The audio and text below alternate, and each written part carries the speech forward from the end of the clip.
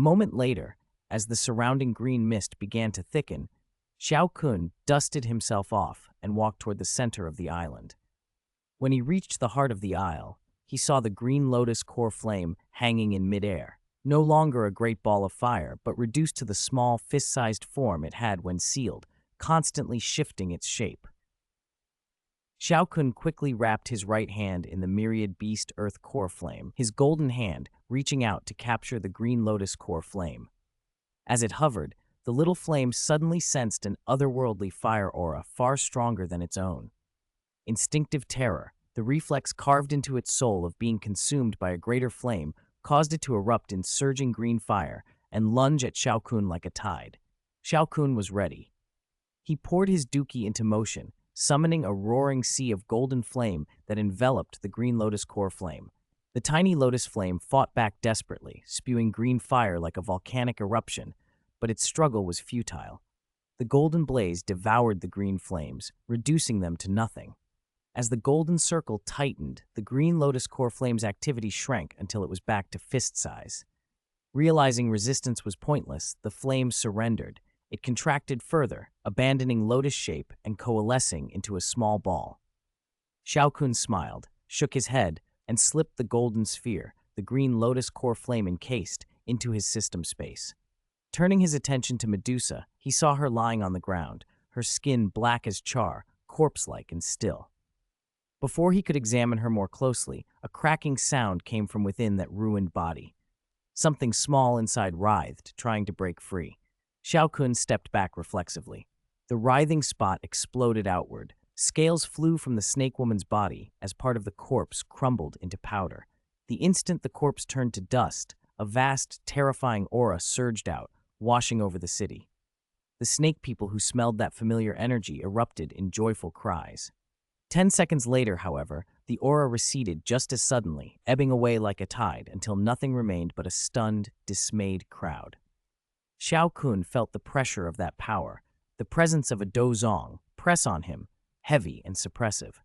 For a moment his body tightened under it, but his heart also hummed with longing for such strength.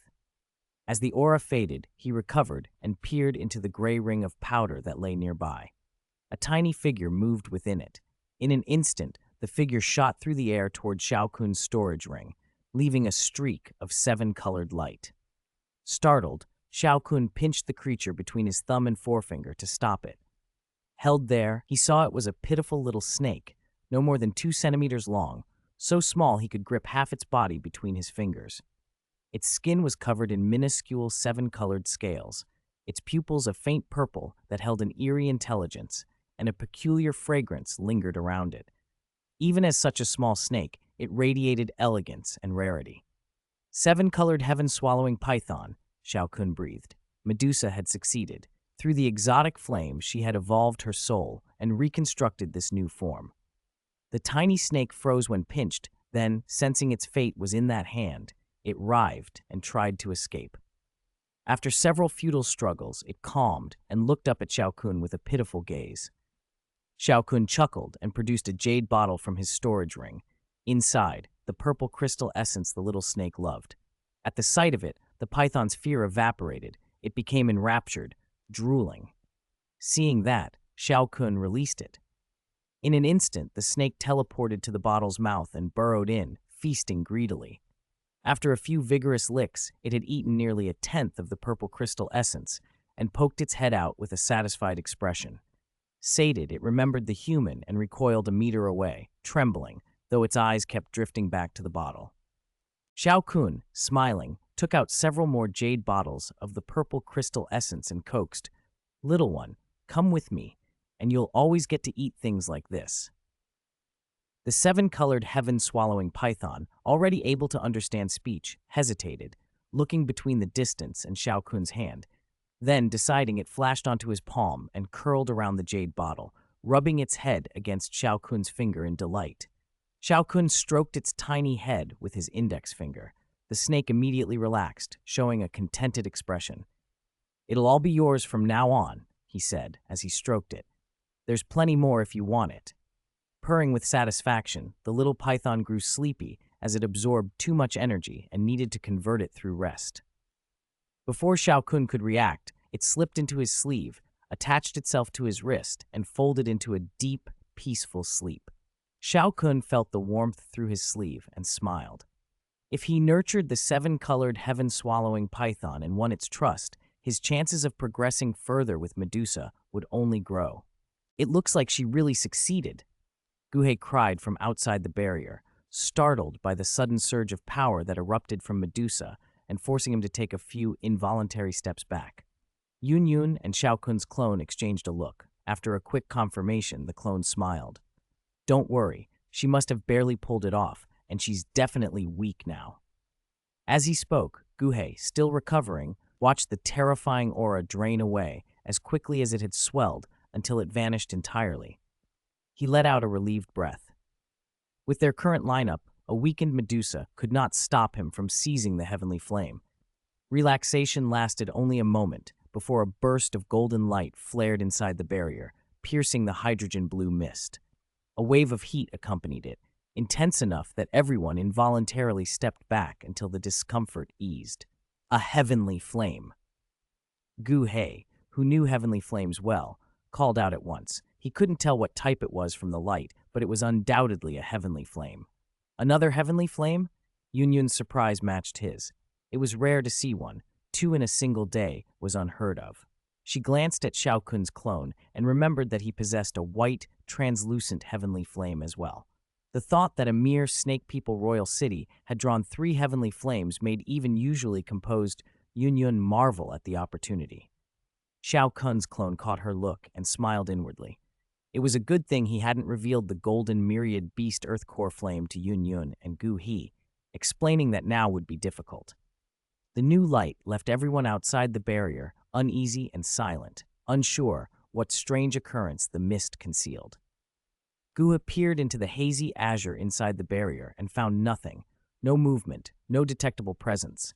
Anxiety spiked. He broke the silence, cupping his fists in a formal request. "The barrier is about to disappear. We don't know what changes may have taken place inside. I ask everyone to assist me fully in obtaining the heavenly flame. If we succeed, I will reward you handsomely." Xiao Kun's clone and Yun nodded. "We'll do our best," they answered. Yan Shi and Feng Li echoed the pledge. Inside the barrier, Xiao Kun studied the swirling mist. Those outside could not see what was happening. To them, it was opaque. He had already secured the green lotus core flame and the little 7-colored heaven-swallowing python. The raid on the Snake People royal city had been a success. Now he needed to conceal his identity and get away. He pulled the black hooded robe he'd worn when he had killed Mo Cheng over his head, an easy disguise if anyone caught sight of him. He considered his escape options. Rock wings would be too conspicuous. The materialized golden wings would mark him. Relying on Dochi manifested wings alone would make it hard to lose Yun and the others. Yun was a fast wind attribute Do Huang. In the end, only the shape-shifting illusion offered a reliable exit. Instantaneous movement within his line of sight, and something he had never used in front of Yun or Gu Hei, which would help conceal his true identity. Outside, the purple barrier flickered and thinned until it nearly dissolved. Gu Hei braced himself. A figure in a black cloak materialized inside the barrier. The cloaked person moved to the barrier, stopped, and in an instant, an identical black figure stood outside the barrier as if conjured for no reason. Everyone watching fell silent, stunned. A heartbeat later, the figure inside the barrier began fading into an afterimage. Only then did they realize the remaining figure inside had been a projection. Xiao Kun's clone, feeling the subtle connection with his main body, recognized the technique and relaxed. The spectators' astonishment deepened into awe. "This person can treat the barrier as nothing," someone murmured. "Not even a Duzong can do that." No one dared act rashly. After stepping out, the cloaked figure tilted his head slightly, and a faint spatial fluctuation shimmered around him. Before anyone could respond, he had crossed the entire city in a flash and appeared high above the Snake People royal city's walls. Then, another flash, and he was gone. Of the crowd, only Xiao Kun's clone and Yun perceived the faint spatial ripple. Yun abandoned her attention on the lingering afterimage outside the barrier and stared toward the city wall. There, a black figure hung motionless above the battlements. "He's gone!" she warned.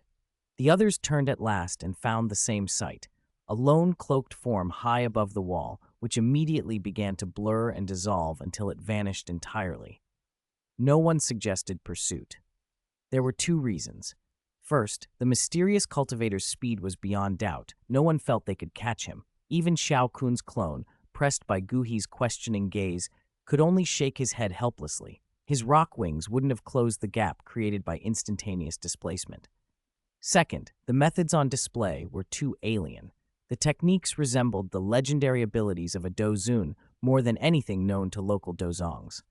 That thought made every Do King and above present shiver with relief that the stranger had not turned his attention on them. Yu Mei and Hua She-er exchanged bitter smiles. Blocked by the azure smoke still filling the temple, unable to see Medusa, they could only pray the mysterious person had no interest in their queen. Not long after leaving the city, Xiao Kun found a hiding place. He had to remain within the range his soul detection allowed. His mane and clone could not be separated by more than that, roughly 100 miles. Chapter 63, Return. After the mysterious figure vanished, everyone slowly calmed and turned their attention back to the shimmering purple barrier. They had seen him step out of it, but no one knew what he had done inside. With the stranger gone, all hopes returned to the temple. The Snake People clan's concern for their queen and Guhe's pursuit of the heavenly flame sharpened the tense atmosphere once more. When the temple barrier finally shattered, both sides rushed in at the same time. Xiao Kun's clone led the charge, his speed unmatched. Following Yun-Yun's movements, countless snake people roared and swarmed into the temple, shadows flickering across the rooftops as they called out for their queen. Because Xiao Kun had taken Medusa away, the energy restriction she had set over the lake had collapsed. The group led by Xiao Kun's clone immediately flew to the small island where Medusa had been evolving. The clone arrived first and put on an anxious show. He flicked his sleeve and unleashed a powerful burst of chi. A gale swept away the cyan mist that had hung over the island. As the mist dissolved, visibility snapped clear. The group scanned the ground, finding nothing but several huge craters, the only signs of a fierce battle. Damn it! Where is the heavenly flame? Did that mysterious person really take it? Why didn't I sense anything? Guhe extended his soul perception across the island, but found no trace of the heavenly flame's aura. His composed face twisted into anger. The heavenly flame couldn't be hidden in a storage ring. The heat would have destroyed one, so it should still have been on the island. He couldn't understand how it had vanished.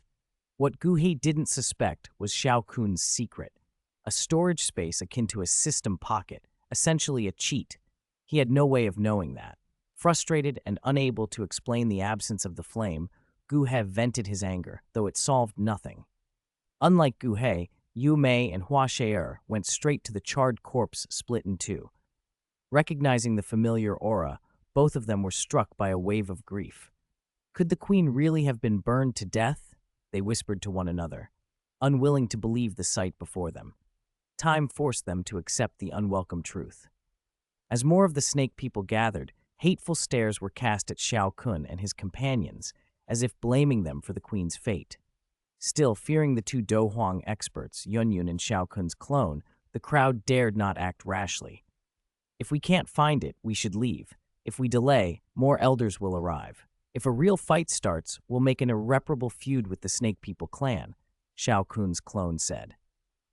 He was uncomfortable under so many hostile eyes, but he had no wish to massacre the clan. He had achieved his purpose and decided it was time to slip away. Guhe, furious and unwilling, understood the intent and saw Yun-Yun shake her head gently. With both Do Huangs reluctant to provoke a mass conflict, Guhe finally bowed his head in resignation. "Let's go," he said, voice thick with reluctance. They transformed into streaks of light and flew out of the city. Yu Mei and Hua She-er clenched their jaws, their beautiful eyes full of wrath, but they dared not act. They watched the figures leave until they vanished. Yun-Yun and the others landed on the back of the massive flying demonic beast, waiting in the sky above the Snake People royal city. The beast fell silent as they returned. Guhe, defeated in his objective and unable to fathom what had gone wrong, brooded in silence. His mood kept Yanxi, Feng Li, and the other Dolings quiet as well. They did not want to offend the Jiama Empire's only sixth-rank alchemist. Yunyun and Xiao Kun's clone, meanwhile, said nothing simply because they didn't feel like speaking. Yunji, your business here is finished.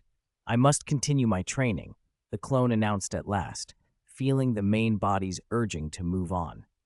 His words broke the silence and drew everyone's attention. News that this rare prodigy would be leaving drew visible reluctance from many who had hoped to cultivate a relationship with him.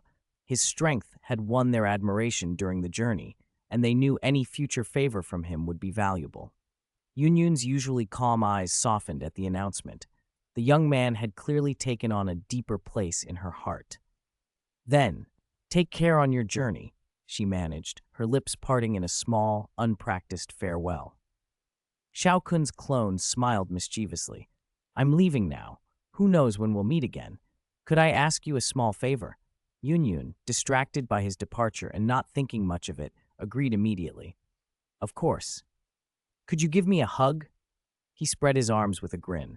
A blush rushed to Yunyun's face. She stammered, at a loss for words. For a long moment she hesitated. Her face reddened like a ripe apple, but moving forward in front of so many people was too daunting. Yet she could not bear to leave him holding out his arms, and with her eyes shut, she stepped forward to embrace him. At that instant, however, the clone darted away. Yunyun froze, stunned. Seeing her actually move toward the embrace, the clone hastily unfurled his rock wings and with a wing beat flashed up to hover by the demonic beast.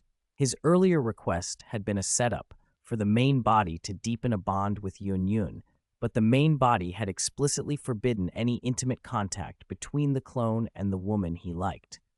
Although the clone's memories would return to the main body when it dissolved, Xiao Kun refused to allow his duplicate physical intimacy with Yunyun. So as soon as she stepped forward, he pulled away. Let's save that hug for the next time we meet, he laughed, and then turned, flying off under Yunyun's reluctant gaze. No one paid attention to Guhei's ashen face as the group departed. Yan Shi and Feng Li stood frozen, faces registered with disbelief as Yunyun, normally cool and composed, had, following Xiao Kun's departure, shown a delicate, almost girlish vulnerability none of them had ever seen. After Xiao Kun left, Yunyun's agitated emotions gradually settled. The blush faded from her cheeks, and her complexion returned to its usual pale, refined calm. Humph, she snapped, restoring her sectmaster bearing. Her cold snort was all it took. Everyone around immediately composed themselves, slipping back into indifferent expressions as if nothing had happened. No one in the Snake People Royal City would risk offending the Cloud Mist sect's sectmaster, the strongest sect in the Jiama Empire, a Dohuang who could single-handedly face an army, over something so trivial. The hall fell silent. Outside the city, Xiao Kun followed at a distance as Yunyun and her party departed, wings unfurled to keep close watch so his clone wouldn't disperse. After 20 minutes, the clone began to converge. Relieved, Xiao Kun watched as it drew near. Once the clone arrived and he gave a confirming nod, Xiao Kun formed several hand seals. The clone collapsed into a ball of energy and fused back into him. All the memories it had gathered were restored to his mind. Reading through the clone's impressions, Xiao Kun couldn't help but smile and shake his head at some of it, especially at the words the clone had spoken when they parted. He replayed the little, intimate posture Yunyun had shown only to him and stood in the sunlight, looking after her in silence, making himself a private promise. The next time they met, he would make sure to get that hug she owed him. After a while, he remembered the green lotus core flames stored in his system space, and his excitement returned. This was the first time he'd acquired such a precious item by his own effort. Who knew what might come of giving such a flame to Xiao Yan? Eager to find out, he let majestic Doqi surge through his body and poured it into the rock wings on his back. The wings expanded, shimmering, growing a few degrees larger. He crouched, stomped, and with golden feathers slicing the wind, left a wake of sand as he shot skyward toward Stone Desert City. 7 days later, fatigue tugged at him from non-stop travel by day and cultivation by night, but the city finally appeared on the horizon and relief flooded him. This desert journey had stretched nearly 20 days, but it had been fruitful. he'd acquired the seven-colored heaven-swallowing python and the green lotus core flame, and with steady effort, plus the help of the green lotus sacred seat, his cultivation had climbed to the peak of 8-star Do Huang. He felt on the verge of breaking through to 9-star. Back at the Mo Tai mercenary group, guards watched him respectfully as he entered. He didn't bother returning to his room first. He headed straight for Xiao Yan's courtyard. Xiao Yan was in the middle of training when he arrived. Standing before a millstone-sized rock, flushed and fierce, he unleashed a punch that whistled through the air. The stone exploded with a thunderous bang into a shower of fragments. "Not bad, Xiao Yan. You're a great Do master now," Xiao Kun said, casually sending out a gust of qi to scatter the rock debris. Seeing the aura around Xiao Yan, he couldn't help praising him. "Just luck," Xiao Yan replied, rubbing his nose and laughing. Then he noticed Xiao Kun's empty hands and his smile faded. The hope that had burned in him since the desert, hope for a strange fire, wavered. "Third brother, how about the strange fire?" Xiao Yan asked, voice tight with longing despite his suspicion. Xiao Kun grinned when he saw Xiao Yan's disappointed, eager expression. He took the green lotus core flame out of his system space and opened his palm. A golden sphere hovered there. Beneath it glowed a vivid green flame. Xiao Yan's eyes widened.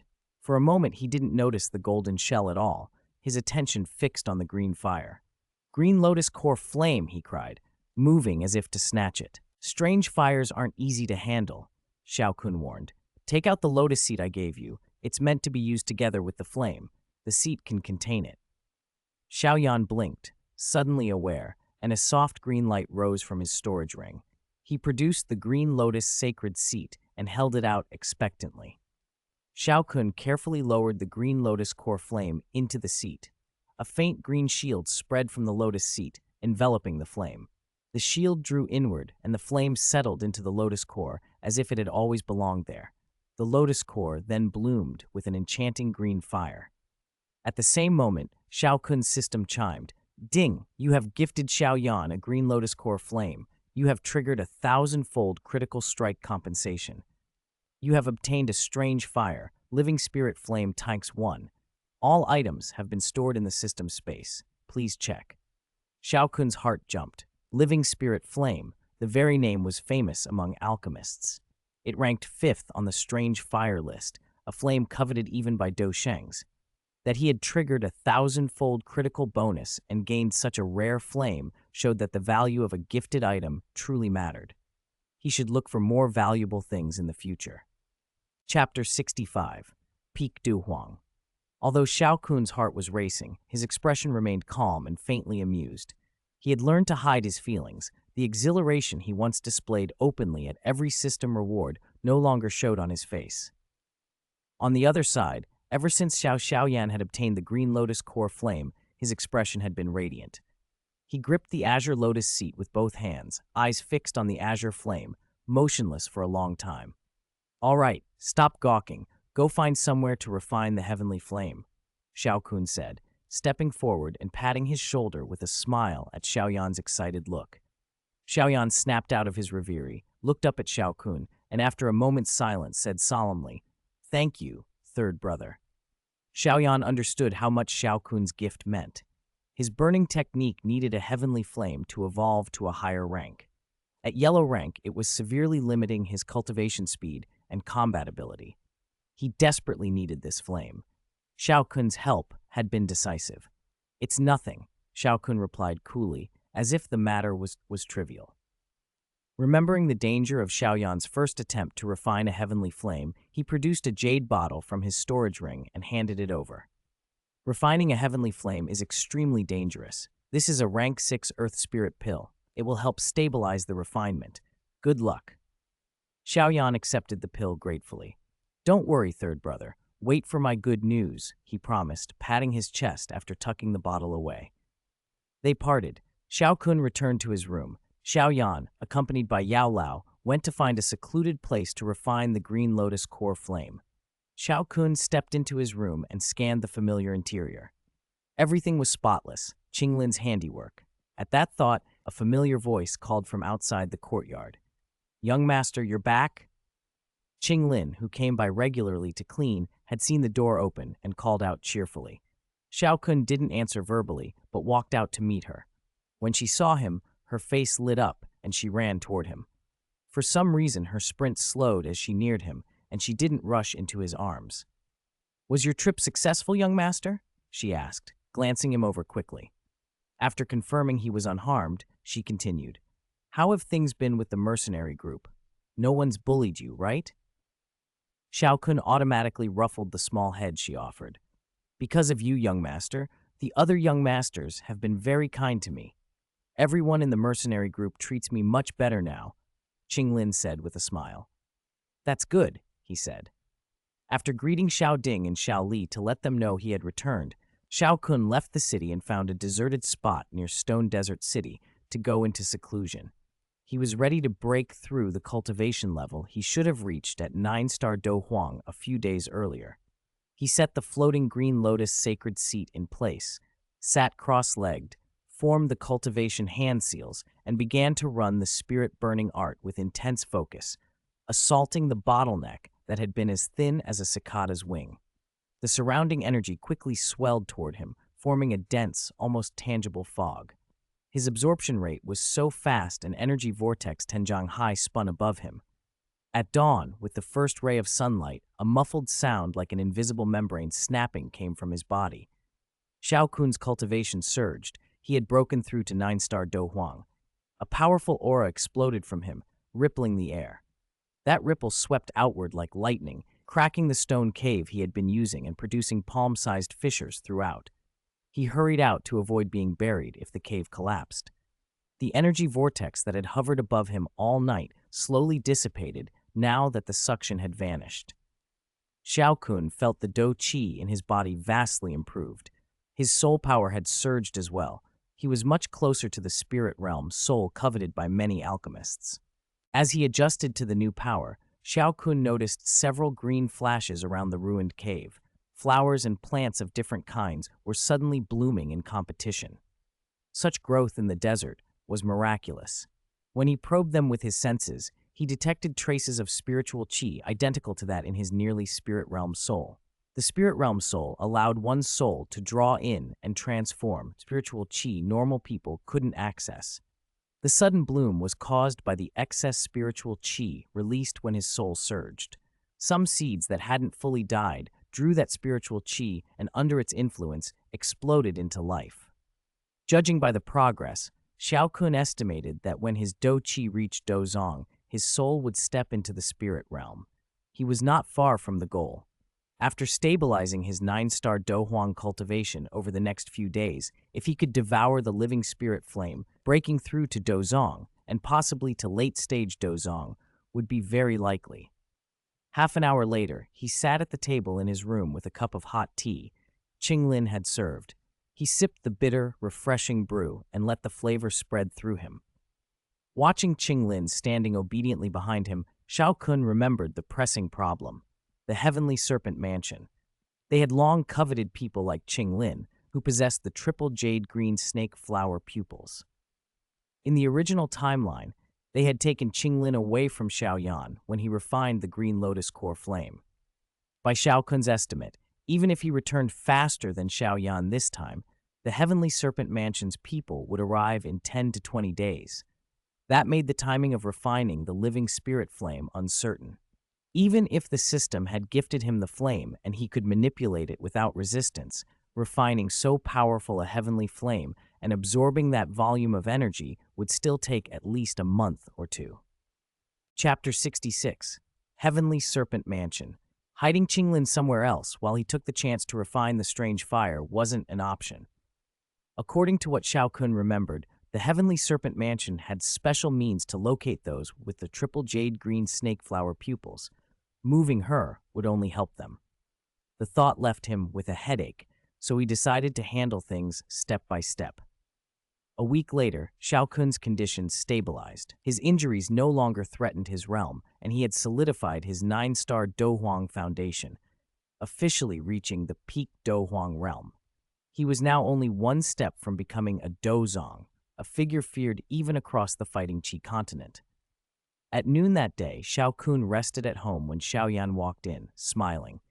An aura around him showed he'd advanced as well. He had reached 3-star Great Dough Master. "Congratulations, fourth brother, you've advanced another level," Xiao Kun said. "Haha, thanks to third brother," Xiao Yan replied with a smile. After refining this strange fire recently, he felt a new admiration and curiosity toward Xiao Kun. Yao Lao had told him that the golden-yellow object Xiao Kun had produced the last time, what had wrapped the green lotus core flame, was itself a kind of strange fire. Yao Lao had never seen that sort before, but from its heat and aura, it was at least one of the top 10 ranked strange fires. Xiao Kun had previously used the Fallen Heart Flame, which ranked 14th. Now he controlled an unknown, high-rank fire as well, 2 strange fires at once. Yao Lao had never seen anyone control 2 strange fires before, except those late-stage Dusheng elites who used brute force, like Xiao Xuan of the Xiao family or Yan Jin of the Yan clan. He didn't know their full circumstances, but he did know strange fires were violent and mutually antagonistic. Attempting to take on a second normally meant the body would be torn apart. That Xiao Kun could hold 2 intrigued him greatly, though Xiao Yan didn't press the matter. He had come primarily to share his own success and to return the many visits Xiao Kun had made. They were catching up when Xiao Kun suddenly detected an aura from Qinglin's room. It was strong, not much weaker than his own, and belonged to at least a late-stage Du Huang. In an instant, to Xiao Yan's shocked confusion, Xiao Kun slammed his foot down so hard the blue stone under him cracked and shattered, leaving a large pit. He shot toward Qinglin's room like lightning, the walls of the intervening houses shredded into flying splinters. In the blink of an eye, he breached her room and lunged at a cyan-clad figure inside. Rushing, Xiao Kun had no time for finesse. He shrouded his right palm in the golden strange fire and struck.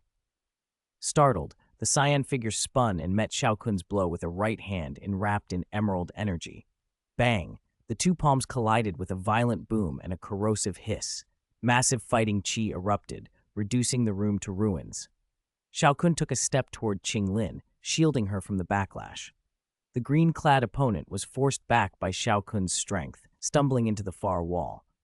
Standing before Qinglin, Xiao Kun took in the woman in cyan robes. Her veil hid her face, but the contours beneath the robes suggested she was not unattractive. He immediately recognized who she must be, Lu Man of the Heavenly Serpent Mansion, the very person who, in the original account, had tried to seize Qinglin. "Strange fire," Lu Man muttered, staring at her slightly singed hand. She was shocked. The golden flame on Xiao Kun's palm was clearly a high-ranked odd fire. It had eaten through the emerald energy in her palm and burned her. Worse, the aura Xiao Kun had just unleashed put his realm a star above hers, at peak Do Huang. He'd expected trouble, but not this. This young man looked to be under 20, yet his cultivation exceeded hers. Her heart filled with doubt. This second-generation master couldn't possibly be from the Jiama Empire, or so she thought. She demanded coldly, "Who are you? Where are you from? And what is your relationship to the girl?" "I'm from the Jiama Empire, and this girl is my maid," Xiao Kun said calmly. "Despite that, I'm not afraid of your Heavenly Serpent Mansion, Lu Man." Lu Man's face showed disbelief. How could this youth, whom she'd just met, know so clearly about her motives? "Who are you really?" she snapped. "How do you know all this?" Xiao Kun's answer only confirmed his guess. This was indeed Lu Man of the Heavenly Serpent Mansion. Before he could say more, Xiao Yan, supported by Yao Lao, burst forward in a flash, his own Dohuang aura flaring as he appeared beside them. "Third brother, what's happening?" Xiao Yan asked anxiously. "Someone from the Heavenly Serpent Mansion wants Qinglin's triple jade green snake flower pupils," Xiao Kun explained, eyes locked on Lu Man. "They're trying to take her." Xiao Yan swept a look at the cyan-robed woman and then at delicate Qinglin. He hadn't expected the girl to be the object of a Du Huang's attention. "You take Qinglin and protect her." "I'll handle this," Xiao Kun said. He wanted Xiao Yan to keep Qinglin safe and gain no part in the fight, partly to protect him, partly because Xiao Kun wanted the experience. Xiao Yan began to argue, but at Xiao Kun's resolute stare he fell silent and escorted Qinglin away. Lu Man, watching another young Do Huang appear beside the young man stronger than herself, and hearing him call Xiao Kun third brother, felt turmoil. Freaks like these seemed to be appearing all over the Jiama Empire. She couldn't understand it, and she was no longer certain the small empire would be an easy hunting ground for the Heavenly Serpent Mansion. Although he was shaken, Lu Man's panic flared when he saw a young Do Huang lunging to take Qinglin away. He slammed his foot down. With a cracking roar, a massive wooden wall burst up from the floor and planted itself between Xiao Yan and the exit. He formed a series of seals with his hands and chanted inwardly, 10,000 wood prison. Boom! The hard floor beside Xiao Kun exploded open as countless thick trunks shot upward, tangling together in an instant to form a wooden cage that locked Xiao Kun in. Lu Man took the chance to leap past the trapped man and try to snatch Qinglin from Xiao Yan's grasp. Don't even think about it, Xiao Kun roared. Golden flames erupted from his body and reduced the wooden prison to ash. Spreading his golden rock wings, he appeared beside Lu Man like a flash and slammed a viciously charged kick into his abdomen. Lu Man's pupils shrank. He hadn't expected Xiao Kun to move with such speed. He had only time to gather his do qi toward his belly, a reflex to lessen the impact. Xiao Yan, meanwhile, had only been slightly slowed by the wooden wall. He shattered it easily and turned at the violent display, white flames already flaring from his body, prepared to protect Qinglin. Before Lu Man could reach Xiao Yan, Xiao Kun, who had just been trapped, had already recovered and struck. The kick hit hard. Lu Man doubled over and shot through the ceiling like a cannonball. The roof exploded outward with a thunderous crack. Wood chips and tiles rained down, revealing the open sky above. Xiao Yan stared, stunned, as the man he considered a formidable foe was toppled so casually. Part of him felt awe. He longed for that kind of strength. You take Qinglin and go, Xiao Kun said hurriedly, sensing Lu Man's rapid flight toward the city's edge. I'll chase him. Got it. Xiao Yan nodded and immediately moved to shepherd Qinglin away. Be careful, young master, Qinglin cried, rushing forward. After a brief nod, Xiao Kun used his flame sculpting skill to cloak himself in a layer of golden flame armor. Though it was made of fire, the armor took on a solid protective form, perfect for hiding his features. If his face were revealed, a quick inquiry by the Cloud Mist sect would reveal him. He hadn't yet broken through to Dozong and had no desire to be exposed. Covered, he flexed his wings and shot through the hole in the roof into the sky. He had purposely kicked Lu Man upward. The Moti mercenary group's headquarters was a crowded place. Sending Lu Man straight up was the safest option. Any other direction would have risked a destructive clash between Do Huangs amid the city's populace. Now that Lu Man was heading outward, the fight could be taken away from innocents. Lu Man blasted nearly 200 meters into the air above Stone Desert City, only stabilized himself by flapping his wings violently. A metallic taste filled his mouth, blood, and he pressed a hand to his abdomen as green light seeped from his palm to staunch the worst of the wounds. His internal organs had been shaken, there was internal bleeding, and a large rip in his robe exposed burned patches of skin. He looked miserable and ragged as he peered down at the hole in the roof. He realized, from those brief exchanges, that he'd been outmatched. The man who wore the golden flame was not only higher in cultivation, but astonishingly fast. His strange flame specifically countered wood attribute techniques, sharply weakening Lu Man's pulling power. And the other pursuer was a Do Huang too. The odds were bad. Lu Man decided to retreat for now. He would regroup with Baya waiting outside the city and make plans. After decades of searching for the triple jade green snake flower pupils, he wouldn't give up because of two opponents. Seeing Xiao Kun hold back, Lu Man flapped his wings and streaked toward the city's border like lightning. Once some distance separated them, he intended to blow his whistle and summon Baya.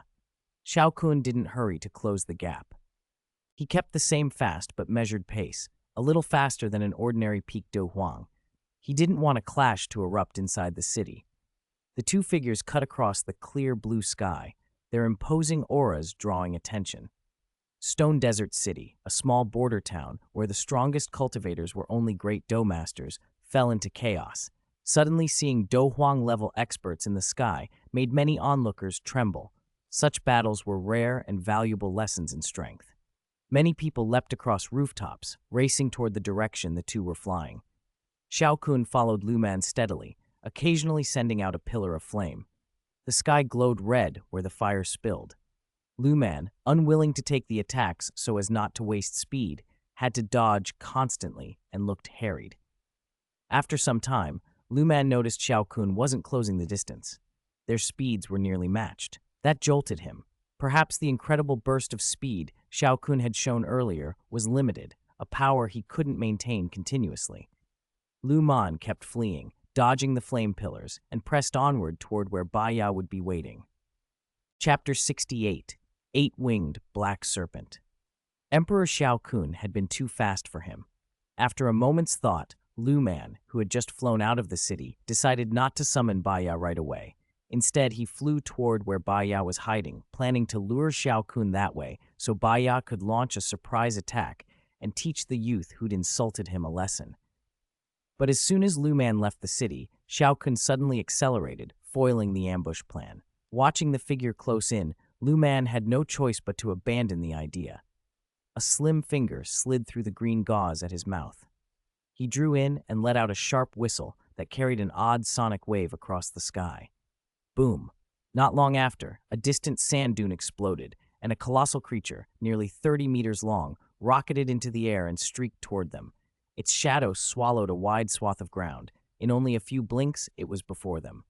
Xiao Kun stopped and stared at the monstrous demonic beast. It was a gigantic snake, all black with mottled, variegated patterns that gave it a bizarre, sinister look.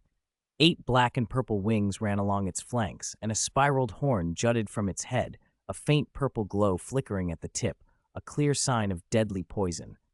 The markings formed a vague crown on its brow, and its triangular pupils were sharp and calculating, almost human in their cunning. Xiao Kun recognized it, the 8-winged black serpent emperor, the same one who, in the original tale, had once forced Xiao Yan to unleash the Buddha's fury fire lotus. Lu Man, I didn't expect you to be so pathetic, ragged, and chased all over the place. If word of this gets out, they'll laugh themselves to death.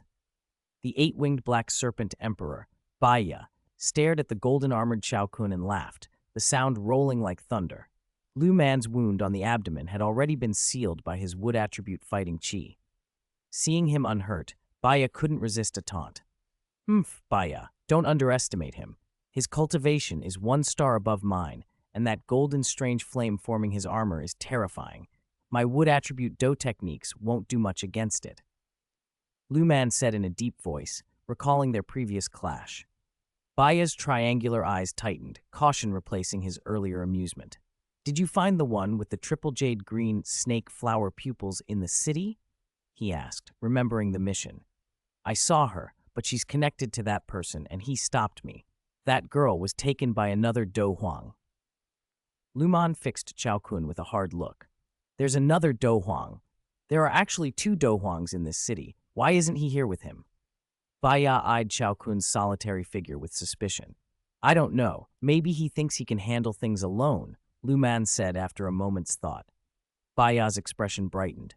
Perfect. Let's take this chance to team up and capture him.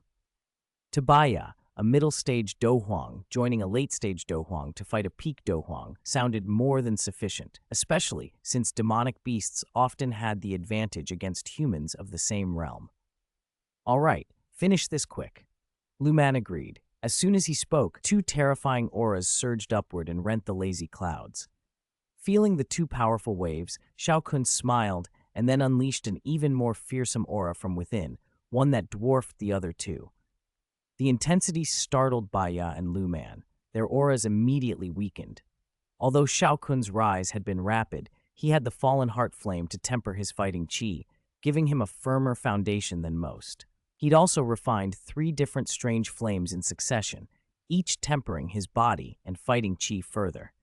Now his fighting chi had been transformed into strange flame fighting chi with far greater destructive and lethal force, and his constitution was tougher than other Do Huangs at the same level. Strange flames were the most miraculous forces on the fighting chi continent. Their mystical effects made their wielders disproportionately stronger. Damn, how can he be this terrifying? Baya, a demonic beast, spat in agitation. Don't panic. No matter how strong he seems, he's still only a Do Huang, Lu Man urged, trying to steady him. Baya composed himself, but his eyes were wary and serious. Attack! Baya's 8 pairs of wings beat in unison, propelling his massive body beside Xiao Kun with frightening speed. He lashed his tail, the force so great it warped the surrounding space. Lu Man formed profound seals with his hands.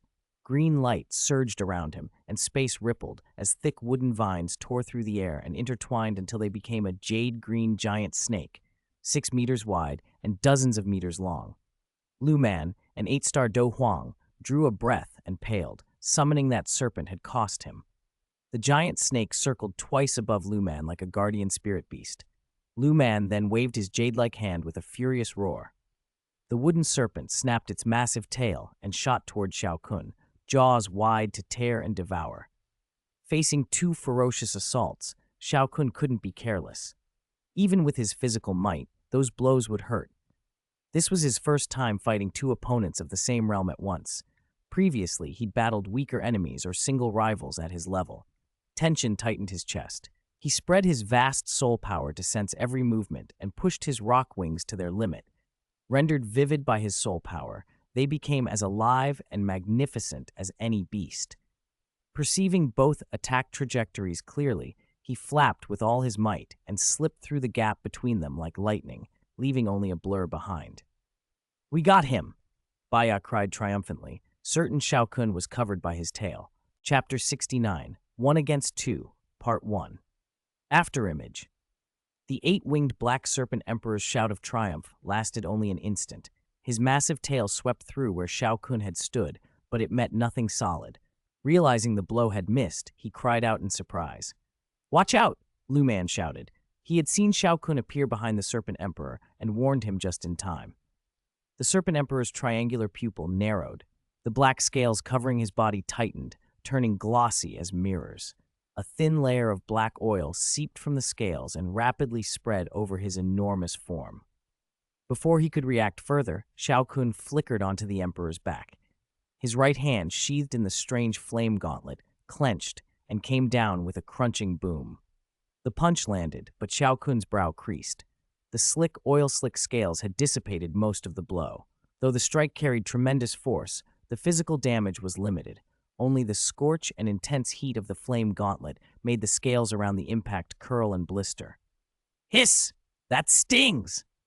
The serpent emperor coiled in pain and lashed his tail again, whipping a gale as it arced for Xiao Kun. Xiao Kun fluttered his rock wings and vanished once more. "Damn it!" The serpent emperor roared in frustrated fury. His attack simply couldn't catch Xiao Kun. Xiao Kun reappeared behind Lu Man, intent on finishing him, but Lu Man had already become hyper-alert.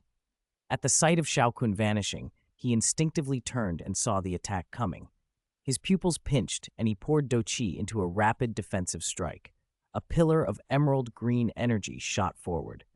Xiao Kun crossed his arms and took the pillar squarely. The 1-meter-wide blast shoved him back, but the strange flame gauntlet quickly annihilated the energy inside the pillar and absorbed most of the impact. In the end, the attack only forced him to step back. It caused no real harm. Lu Man breathed hard, still shaken.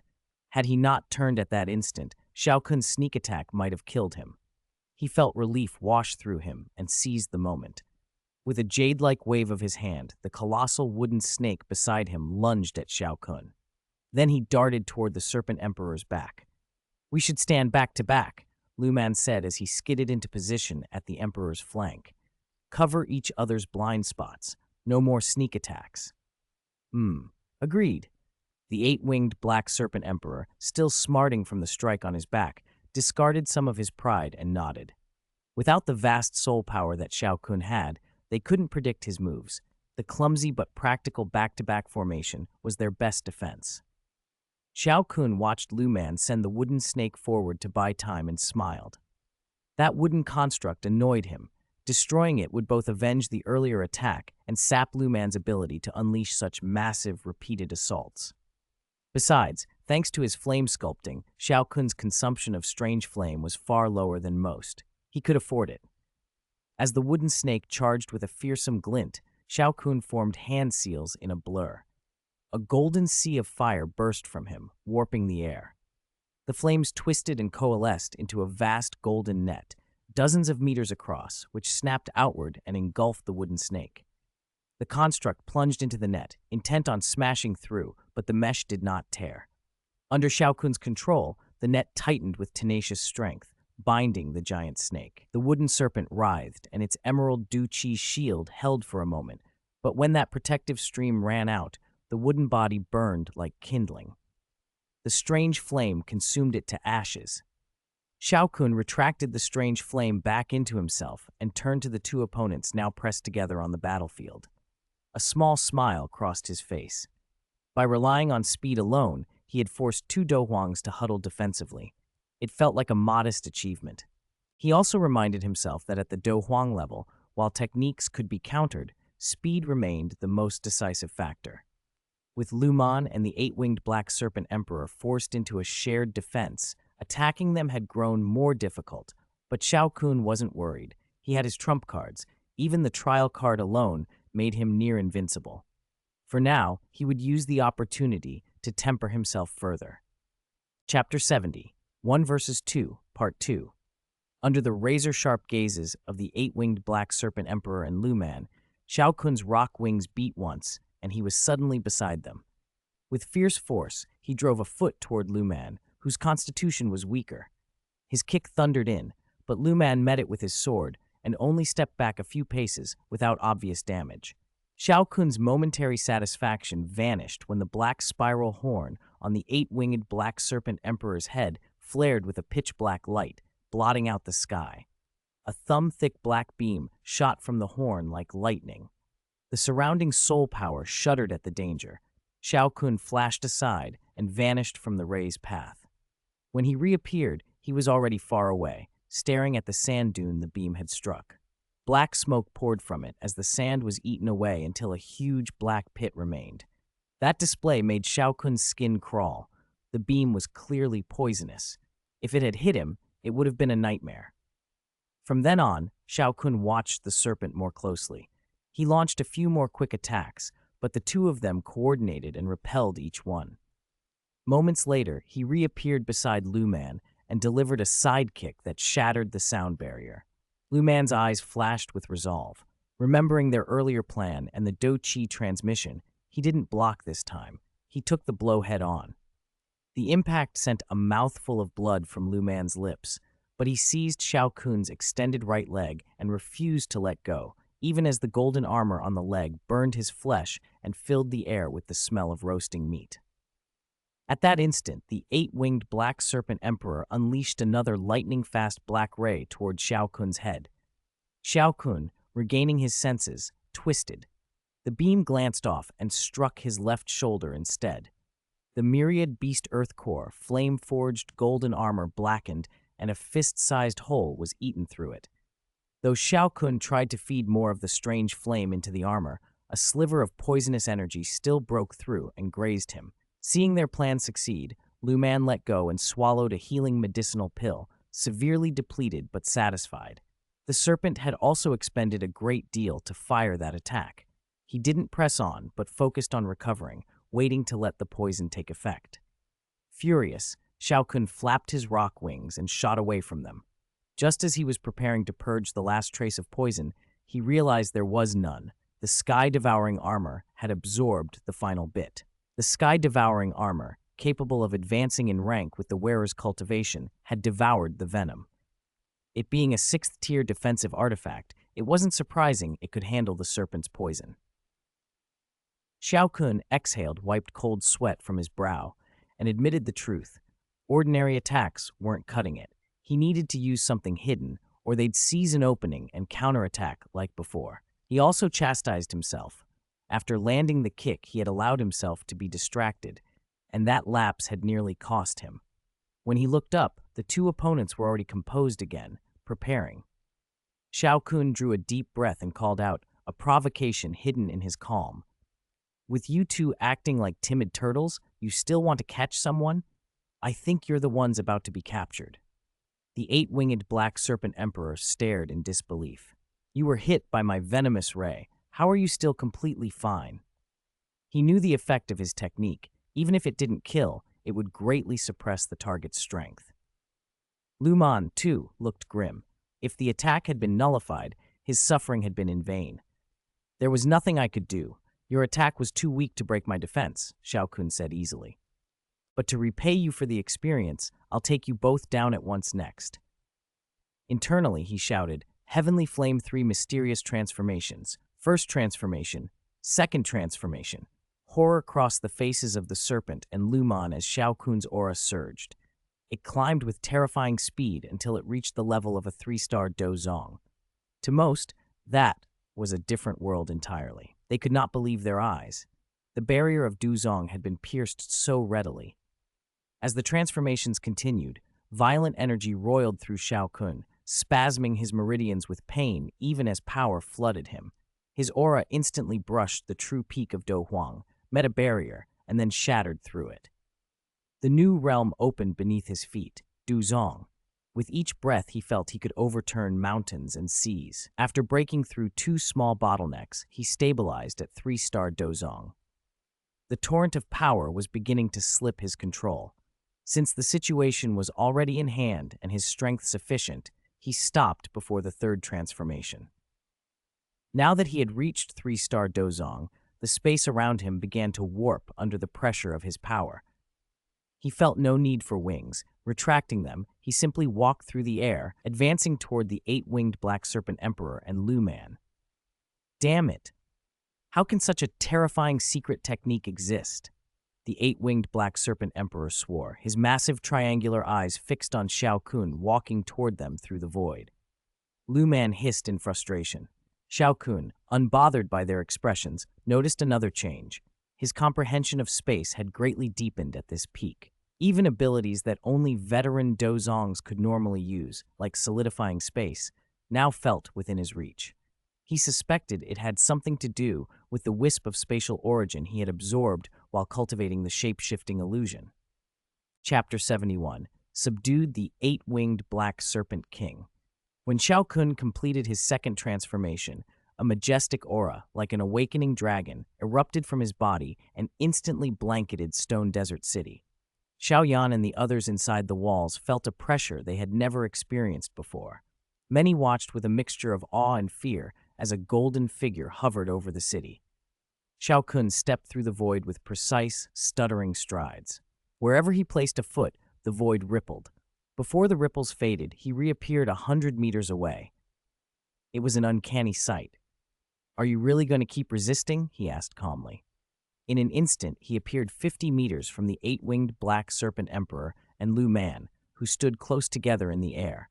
His speed rivaled that of his earlier flight on rock wings. The two exchanged glances and braced themselves. The serpent sneered. We nearly crippled you just now. Do you think if we surrendered you'd spare us? No, but the pain will be a lot less, Xiao Kun said, expressionless. He slowly raised his right hand and clenched it toward the pair. The space around them seemed to congeal. Both were frozen in place, faces draining of color. Xiao Kun stepped through the void again and appeared above them in a flash. Go down! He stomped down on them. The impact drove them toward the desert like meteors. 2 huge cracks sounded as both crashed into the sand. Yellow sand exploded outward, and 2 sand pits dozens of meters across opened at the edge of Stone Desert City. Faint sounds of retching came from the pits. After a long while, 2 figures, one large and one small, staggered upright. Xiao Kun's first blow had been brutal, but not fatal. They exchanged a grim look. They had expected more time to struggle. They hadn't counted on Xiao Kun mastering Dozong-level strength through that secret technique so deftly, especially his spatial power. They'd been rendered utterly outmatched. Seeing no hope in further combat, Lu Man forced a smile and tried to bargain. Your Excellency, please stop. We are from the Heavenly Serpent Mansion on the Northwest Continent. It was wrong of us to seize the triple jade green snake flower pupils without informing you, but we've been searching for decades. We finally found it today and acted hastily. Please forgive us. We only wanted to take her to be nurtured. We meant no harm. The Heavenly Serpent Mansion has methods ideally suited to the triple jade green snake flower pupils. Only with us can she receive proper cultivation. If you truly refuse, we will withdraw at once. Xiao Kun only shook his head. Hand Qinglin over to strangers? Never. As for the mansion's nurturing methods, He could get them himself in a few years when stronger. He didn't plan to kill them either. They hadn't been pure malice. But he couldn't let them go. If they returned to summon the Heavenly Serpent Mansion's reinforcements, he wouldn't be able to deal with them until he advanced. The Heavenly Serpent Mansion likely had a Du Zun-level expert. He decided to neutralize the two for the time being and figure out their fate later. I know how important the triple jade green snake flower pupils are to the Heavenly Serpent Mansion. If I let you go today, you'll only return with stronger experts. You cannot leave. At those words, the two faces darkened. They knew this mission had failed and that surrendering meant losing everything, but they refused to give up. If they could just hold out until the secret technique's effect wore off, maybe they could still pull something off. Power-boosting secret techniques like that rarely lasted long. Xiao Kun clenched his hand again. The serpent and Lu Man found themselves restrained by spatial power once more. Under their desperate stares, he delivered another devastating sidekick. This time, better in control of the new power, he unleashed a force even greater. The void beneath his kick twisted violently. The two cannoned across the desert for several hundred meters, carving out 200-meter-long trenches. At the far end they lay, clearly grievously wounded. Lu Man didn't move for a long time. Xiao Kun appeared above her and checked her chi. She had fainted. He casually released several heaven-severing technique one strikes to seal her battle intent. Then, curious, he lifted the veil off her face. She was indeed an oval-faced beauty. Cradling her at the waist, Xiao Kun then flashed to where the panting, eight-winged black serpent emperor lay. The serpent was shaken by Xiao Kun's sudden appearance, but too injured to do more than cough up blood. Its body cracked and immobile. Seeing both of them now powerless, Xiao Kun deactivated the Heavenly Flame's 3 mysterious transformations. His majestic aura retracted until he was back to 9-star Duhuang level. Soreness spread through his limbs, and a hollow emptiness lingered where the immense power had been. "What will you do with us? Why don't you kill us?" The serpent asked hoarsely, staring at Lu Man in Xiao Kun's arms. "I'm not bloodthirsty. You didn't mean to kill anyone, so I won't casually slay you. You're defeated and prisoners now. Tell me in detail how the Heavenly Serpent Mansion searches for the triple jade green snake flower pupils." Knowing their search method would let him avoid future trouble from the mansion, he pressed the matter. The serpent, its enormous triangular eyes fixed on Xiao Kun as if weighing him, hesitated. "You aren't planning to kill us after you get the information, are you?" "Don't worry. I disdain that sort of thing," Xiao Kun replied quickly. Sensing he had no choice, the serpent spoke. "The triple jade green snake flower pupils are extremely rare. Only this one has been discovered in decades. There's no special search method. We just send people across the continent and rely on luck. I can sense, to a certain degree, those who possess the flower pupils, so Lu Man paid me well to help search with him. This time, when we passed Stone Desert City, I detected the aura of the flower pupils inside the city, and that's how it happened." Xiao Kun relaxed.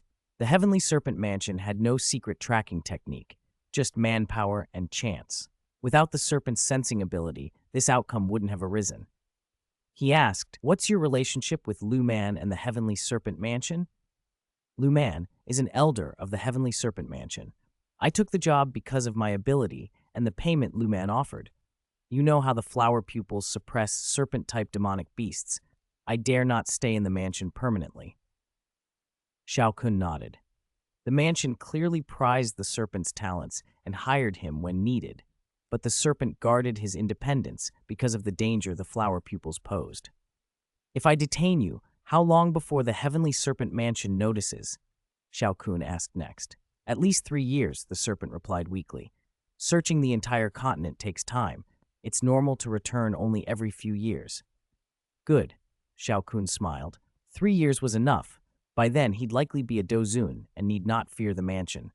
He glanced at the serpent's enormous coils, and an idea formed. He smiled coaxingly. "You've never joined any faction, correct?" "That's right," the serpent said, though it felt a chill at Xiao Kun's expression.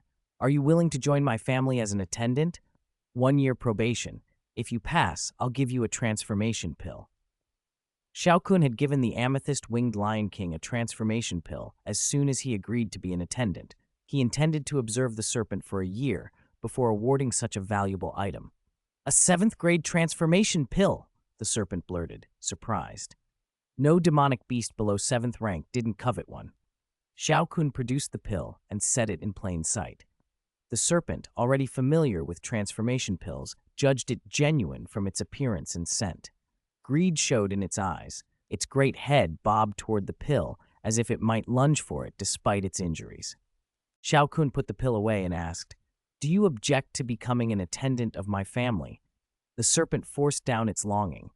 The thought of the flower pupils and Xiao Kun's earlier threat worried it.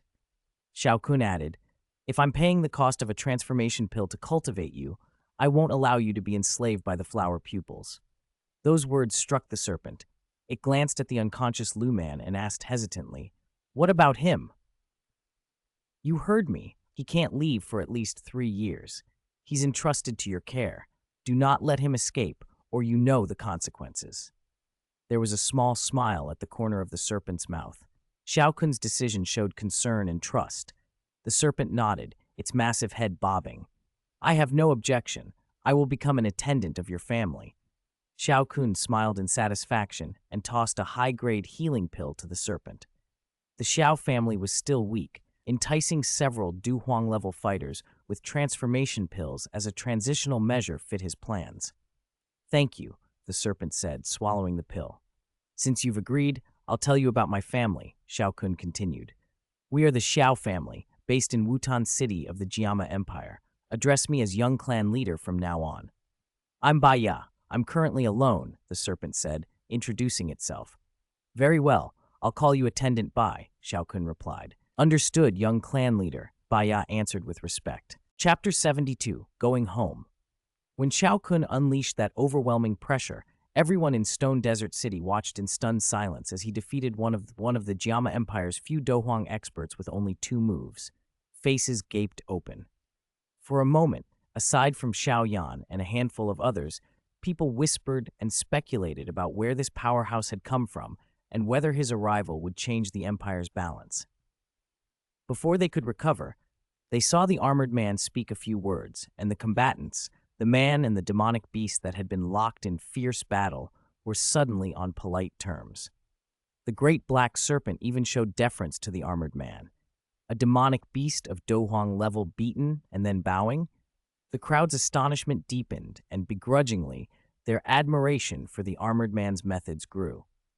On Xiao Kun's side, with the fight settled and White Fang's injuries already improving thanks to the medicinal pill, travel was no longer an issue. He set Lu Man gently down, gave White Fang a look, and signaled him to explain. White Fang forced a wry smile and approached. As Lu Man's eyelids fluttered and his eyes began to move, White Fang hurried to find the right words. Lu Man's eyes opened fully a second later.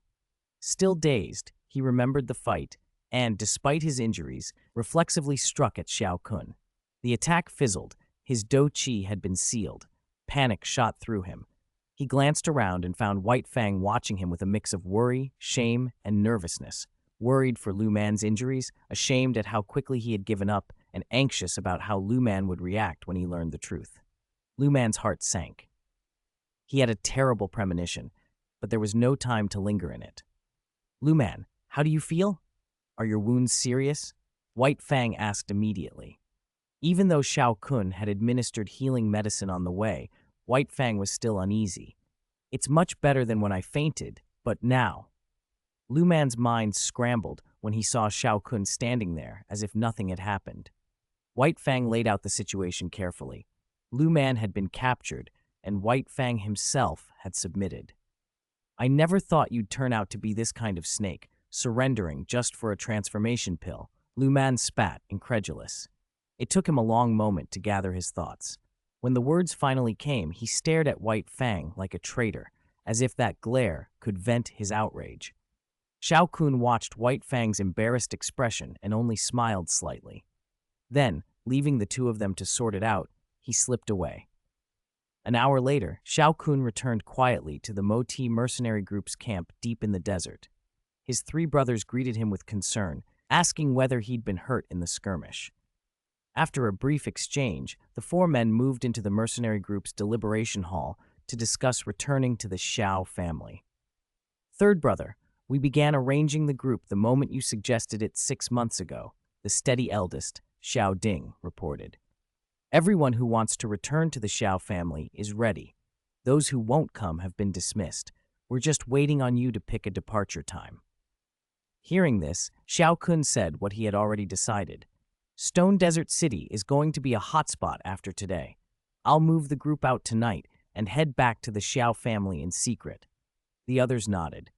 After a little more talk, they broke to make final preparations. In Xiao Kun's estimation, even with a huge battle having erupted, the Cloud Mist sect and the Jiama royal household would take a day or two to respond. This was the Empire's border, far from the capital. He wasn't rushing. Traveling by night would be quieter and safer. He did not bring White Fang and Lu Man back to camp. White Fang's massive form was too conspicuous, so he told them to wait outside the city and left a clone hidden nearby to keep watch. This also served as a test. If White Fang tried to run off with Lu Man, he'd know he couldn't be trusted. If not, he could relax. Lu Man's presence weighed on him. Xiao Kun knew his heaven-severing style 1, the technique he had used to seal Lu Man's doqi, could only suppress doqi for a short time, a few days at best.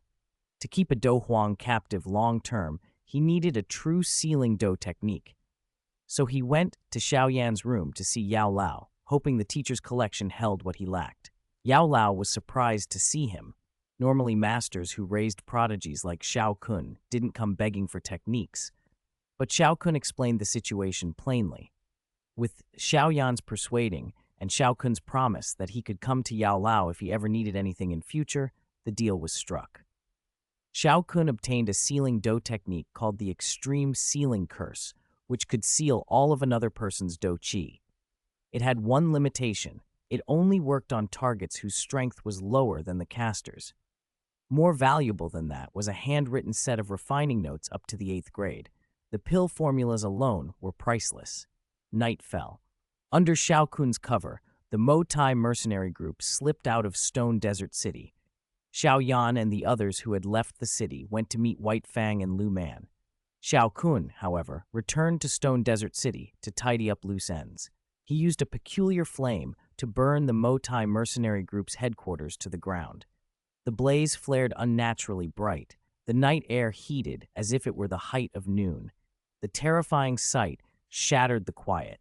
People poured into the streets, alarmed and gossiping. Who did the Mo Tai mercenary group anger to be completely wiped out like that? There was a Do Huang fight during the day, and now this at night. Stone Desert City's been full of strange things lately. Best to keep a low profile.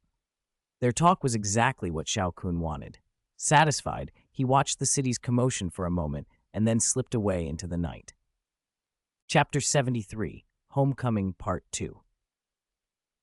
Before long, Xiao Kun arrived at the meeting point. His clone had already introduced the members of the Moti mercenary group to Baya and Luman, so everyone had become acquainted. Feeling there was no longer any reason to hide, Xiao Kun removed his constricting armor. Both his clone and his main body appeared in their true forms. After all, constantly using flame sculpting to maintain the armor had been consuming Do Qi. The sudden appearance of two identical Xiao Kuns startled everyone except Xiao Yan. For a moment, gazes flickered between the two, confusion written on every face. Clone's secret technique. Lu Man, who had kept abreast of such things, was the first to cry out. Her shout chased away the crowd's bewilderment and replaced it with admiration and curiosity. Xiao Kun simply nodded to his clone. The clone condensed into a ball of energy and merged into Xiao Kun's body. Seeing this, everyone confirmed it was indeed a clone. Baya, however, stared at Xiao Kun's youthful face in disbelief. He remembered how, after the three of them had left Stone Desert City and he had told Lu Man the whole story, he had seen Xiao Kun's young appearance when the armor came off. He felt as if his centuries of life had been for nothing. He'd been bested by someone so young. A chill ran down Baya's spine. If Xiao Kun had a clone, had it been watching him and Lu Man the entire time, only revealing itself when the Mo Tai mercenary group arrived? He suddenly felt grateful for his earlier decision not to run. Had he fled under Xiao Kun's pressure, or the temptation of the transformation pill, Baya calculated, he might now be dead. Xiao Kun absorbed the information his clone had relayed. During his absence, Luman and Baya had indeed considered escaping. Luman, her dochi sealed, knew she stood little chance on her own and repeatedly urged Baya to flee. Baya hesitated but ultimately refused to abandon her. Furious at his lack of ambition, Luman even resolved to run by herself despite being sealed, not caring if she was slow. When Baya heard of her plan, he stopped her immediately. They either left together or not at all. Otherwise, he thought, Xiao Kun would make him pay when he returned. Luman, betrayed and powerless, gave up and collapsed in despair. When Xiao Yan led the Motai mercenary group toward them, Xiao Kun's clone had slipped out of the shadows and introduced the two sides, smoothing the awkwardness between strangers.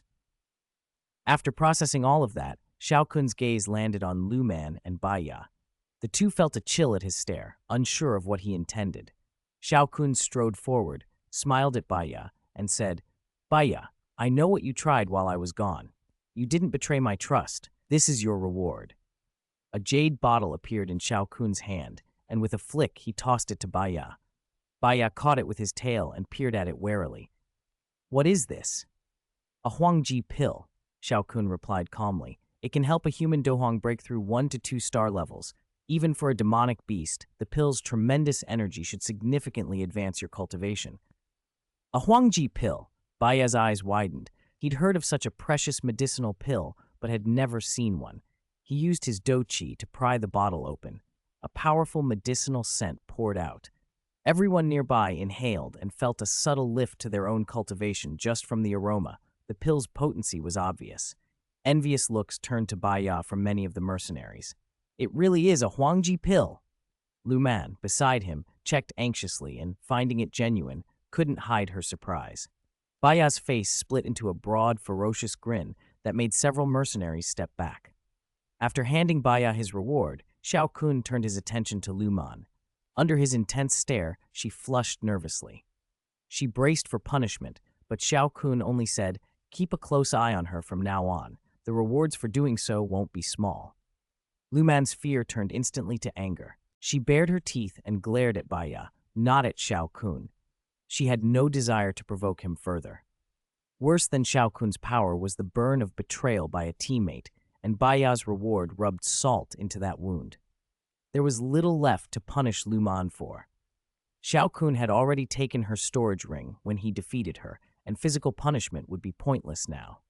She had tried to run and failed. Ensuring Baya kept watch was enough to prevent any more attempts. Xiao Kun was actually curious when he opened Luman's storage ring. It was the first storage ring he'd ever seized from a dohuang, and he'd hoped for treasure. Inside were 10 million gold coins, 1 Earth-rank elementary wood element cultivation technique, 2 Earth-rank elementary wood element dough techniques, a few profound-rank wood element dew techniques, several 5th-tier demonic beast cores, and some healing pills. Useful, but ordinary. No great treasure. His hopes for a spectacular haul were dashed. Having settled things with Baya and Luman, Xiao Kun looked toward Xiao Yan and the 50 members of the Motai mercenary group. These men and women were still unsure of their destination. They'd followed only because they trusted Xiao Ding and Xiao Li and were willing to take a gamble. They could become a real force for the Xiao family. After seeing the giant snake and the green figure, you've probably guessed that the golden figure who defeated them earlier has a connection to us, Xiao Kun said. You're right. The bond is close, so you can be sure that if you follow us, you'll have a future. Our destination is the Xiao family in Wutan City. I hope everyone will adapt quickly when we arrive and help the Xiao family grow. You all saw the precious medicinal pills I just casually handed out. The Xiao family still has many of these strength-boosting pills. You can earn them only by making contributions. I hope all of you will strive to make meritorious contributions to the Xiao family and receive rewards in the future. Xiao Kun's speech on the way back made the Motai mercenary group even more eager. Knowing the journey home was long and that most people were still relatively weak, Xiao Kun turned to Baya. The return trip will be up to you. You're broad-bodied. Carrying us won't be a problem. This, very well.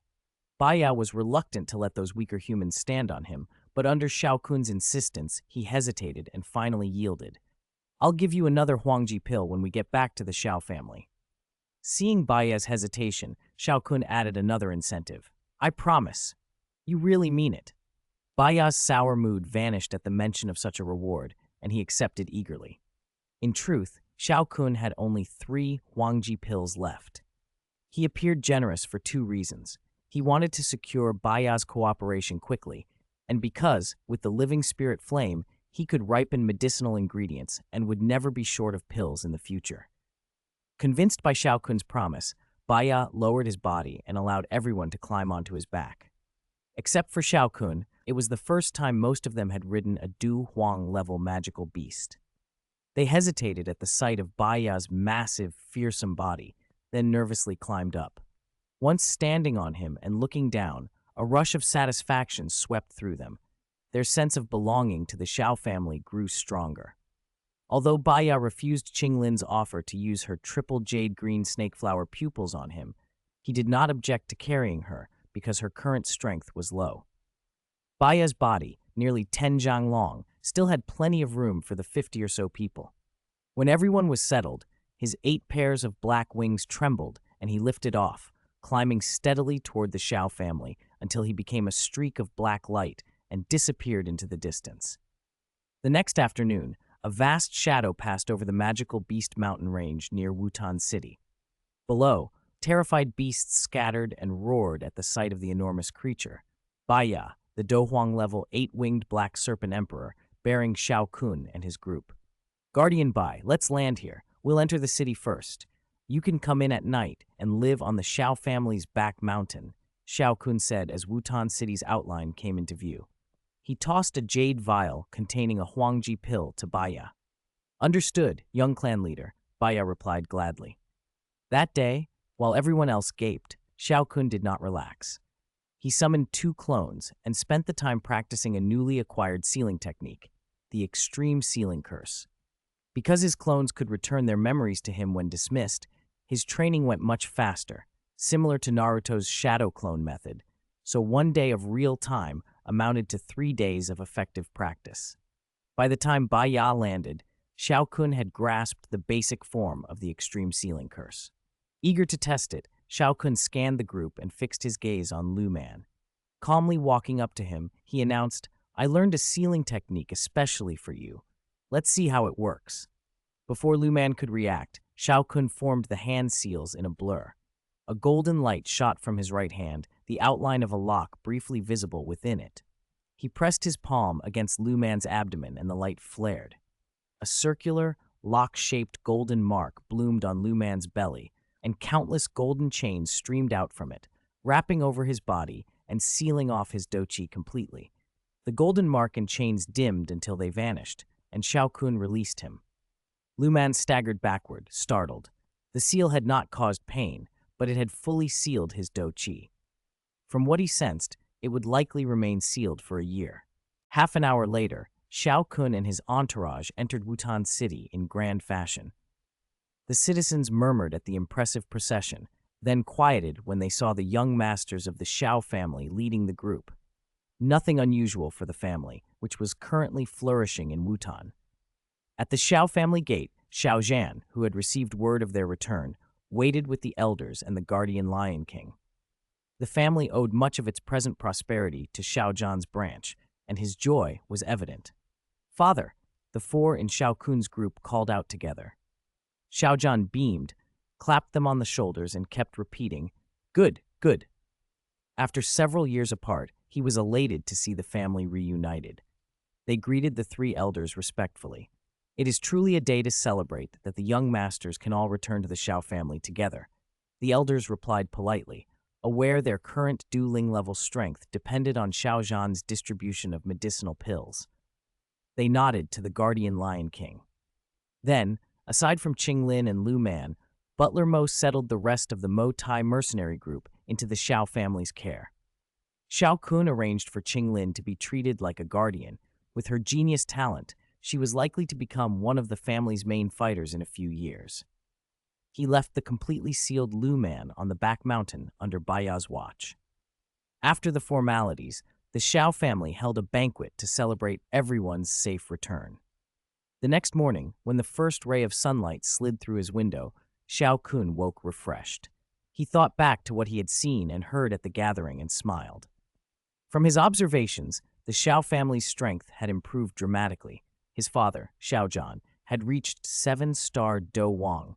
His eldest brother Xiao Ding and second brother Xiao Li had become peak Great Do Master and 8-star Great Do Master, respectively. The Guardian Lion King had reached 7-star Do Huang. 15 of the elders and older family members were now at Do Ling. Among his generation, the young geniuses Xiao Yu, Xiao Mei, and Xiao Ning had advanced rapidly. They no longer attended Jianan Academy and had become minor experts at the middle or even late stage of Do Master. They avoided returning to the academy because their rapid advancement and consumption of rare medicinal pills would attract unwanted attention. Now the Xiao family possessed 3 Do Huangs, 1 Do Wang, and 15 Do Lings. By any measure, they had transformed into one of the Jiama Empire's leading families. Chapter 75. Consuming the Earth Spirit Marrow. After a long, emotional sigh, Xiao Kun swung his legs off the bed, dressed, and opened the door to fetch water for washing. He was surprised to find Qing Lin already at the doorway with a basin, obediently waiting. "Qing Lin, you're an elder of the Xiao family now. You don't have to run around doing chores for people," Xiao Kun said, taking the basin from her, rubbing the top of her head, and speaking gently. A mist clouded Qing Lin's emerald eyes. Young Master Xiao Kun had been the first person to tell her scales were beautiful, to treat her as an equal, and to tell her not to worry about what others thought. He was a dawn breaking into her dark world. She wanted nothing more than to be near him and to take care of him, so she had kept serving him obediently. Now that he said she didn't have to, a sorrowful ache crept into her innocent heart. "Are you not going to want me anymore?" Qing Lin asked after a moment, her voice trembling. Xiao Kun hastened to reassure her. "Of course not. Qing Lin is adorable. How could I ever not want you? I just feel guilty that you're still so young and doing chores," he continued. "I want you to have time to study, to write, and to focus on cultivation like the other children in the Xiao family. Can you promise me you'll work hard at cultivation and become a proper elder?" Qing Lin stopped crying and smiled. I'll work hard and won't let you down, young master." "I believe in you," Xiao Kun said. At first, many in the Xiao clan had been uneasy about naming Qing Lin an elder. But after Xiao Kun privately explained her unusual physique to Xiao Yan, the clan chief personally stepped in and settled the matter. Once the chief had spoken, any lingering objections died down. Who wanted to offend him and risk losing medicinal supplies? The decision also made Qing Lin something of a curiosity in the family, and her life in the Xiao household became much richer. After washing, Xiao Kun watched Qing Lin skip off with the basin and felt grateful for the importance of strength.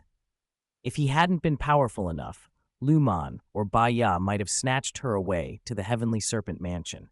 With that thought, he went to greet Xiao Yan, then visited Bai Ya at the back mountain and asked him to keep watch. Finally, he returned to his old secluded cave to continue his retreat.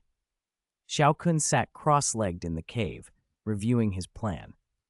The goal of this seclusion was to temper the living spirit flame and break through to Dozong. But the living spirit flame was a 5th-ranked heavenly flame. Although it came from the system and wouldn't resist him, his current strength felt insufficient. He decided to strengthen himself first. After deliberation, he took from system space a single drop of earth spirit marrow, an item he had procured during a critical strike when he previously gave Xiao Yan an earth fire lotus seed. Earth spirit marrow is a divine substance that takes 3,000 years to condense in deep underground places where spiritual qi gathers. It was a perfect emerald bead that any cultivator below the Dew Venerate realm who consumed it could use to cleanse their body and marrow and increase their physical constitution by 1-fold. When he withdrew it, a faint emerald mist drifted up. The marrow could be taken orally. Seeing it wisp in the air, Xiao Kun swallowed it at once. The marrow did not behave like ordinary pills.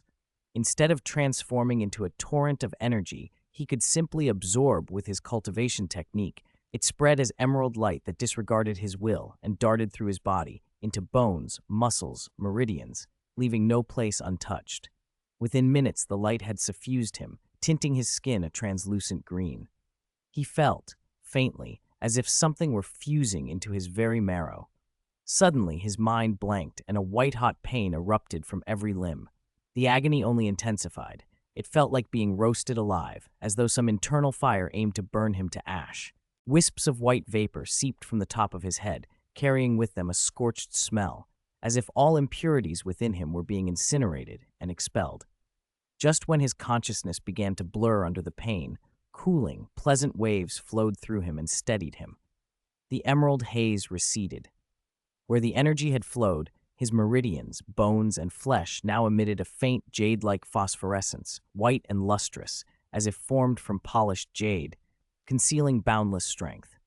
Not only had his body changed, his cultivation had leapt as well. He had reached Peik Do Huang. When he circulated Do Qi, he felt a fullness, a ceiling. He would need to break through to Do Zong before he could increase further. He stood and threw a punch. The air tore with a sharper, harsher snap than before. A visible ripple raced across the cave wall and spiderwebbed fine cracks into the stone. His physical might was, unmistakably, twice what it had been before. His meridians now transported twice the volume of Do Qi in the same time. His explosive power also doubled. Xiao Kun felt elated. With his constitution doubled, he felt far more confident about refining the living spirit flame. After a day of acclimation, he prepared to refine. He wrapped his body in the golden myriad beast earth core flame, asked the system to conceal the disturbance of the heavenly flame refinement, and, fingers trembling slightly, drew the living spirit flame from system space. A small green herb materialized in his palm, radiating intense heat. Even though his hand was already guarded by a heavenly flame, waves of scorching warmth still pressed into his flesh. He had to continuously feed myriad beast earth core flame into his palm to stabilize the sensation. This green sprout was the seed of the living spirit flame. Unlike the destructive blaze of other heavenly flames, this one emanated life itself, vibrant and full of vitality, resting quietly in his hand like a living plant. Chapter 76. Breakthrough to Do Zong. It was said that once refined and spread, the living spirit flame could nourish any seed of medicinal herbs with its life force, causing the seeds to sprout and grow rapidly. That meant if Xiao Kun successfully refined the living spirit flame, he would no longer need to hunt for herbs. As long as he had seeds, he could continuously produce the herbs he needed and never worry about medicine pills again. Besides catalyzing herbs, the living spirit flame was also called the flame of longevity. The lifespan of anyone who obtained it could rival the long-lived demonic beasts. Its only real drawback was that it wasn't adept at combat and contributed little to fighting power. For Xiao Kun, who could perform the fusion of heavenly flames, that shortcoming mattered little. If the living spirit flame took form, its intelligence would be considerable. It usually didn't appear as a visible flame, but transformed into various medicinal plants and took root silently in the soil. Even if you walked past it, you might not notice it. Only those with great fortune could find it buried in the earth. In the original tale, it had once been owned by old man Shenong. All of this raced through Xiao Kun's mind. Resolute, he put the living spirit flame seed directly into his mouth. Even with the protection of the myriad beast earth core flame, a searing pain tore through him as the seed entered. Overwhelming energy poured from the seed. His meridians swelled under the influx. If they hadn't just been enlarged and toughened by the earth spirit marrow, many of them would likely have ruptured. Seeing this, Xiao Kun wasted no time. He summoned more heavenly flames to surround the seed and lower its temperature. At the same time, he formed the cultivation seal, activated the spirit burning art, and forced the flame to follow the path of the art so the heavenly flame could be refined as quickly as possible.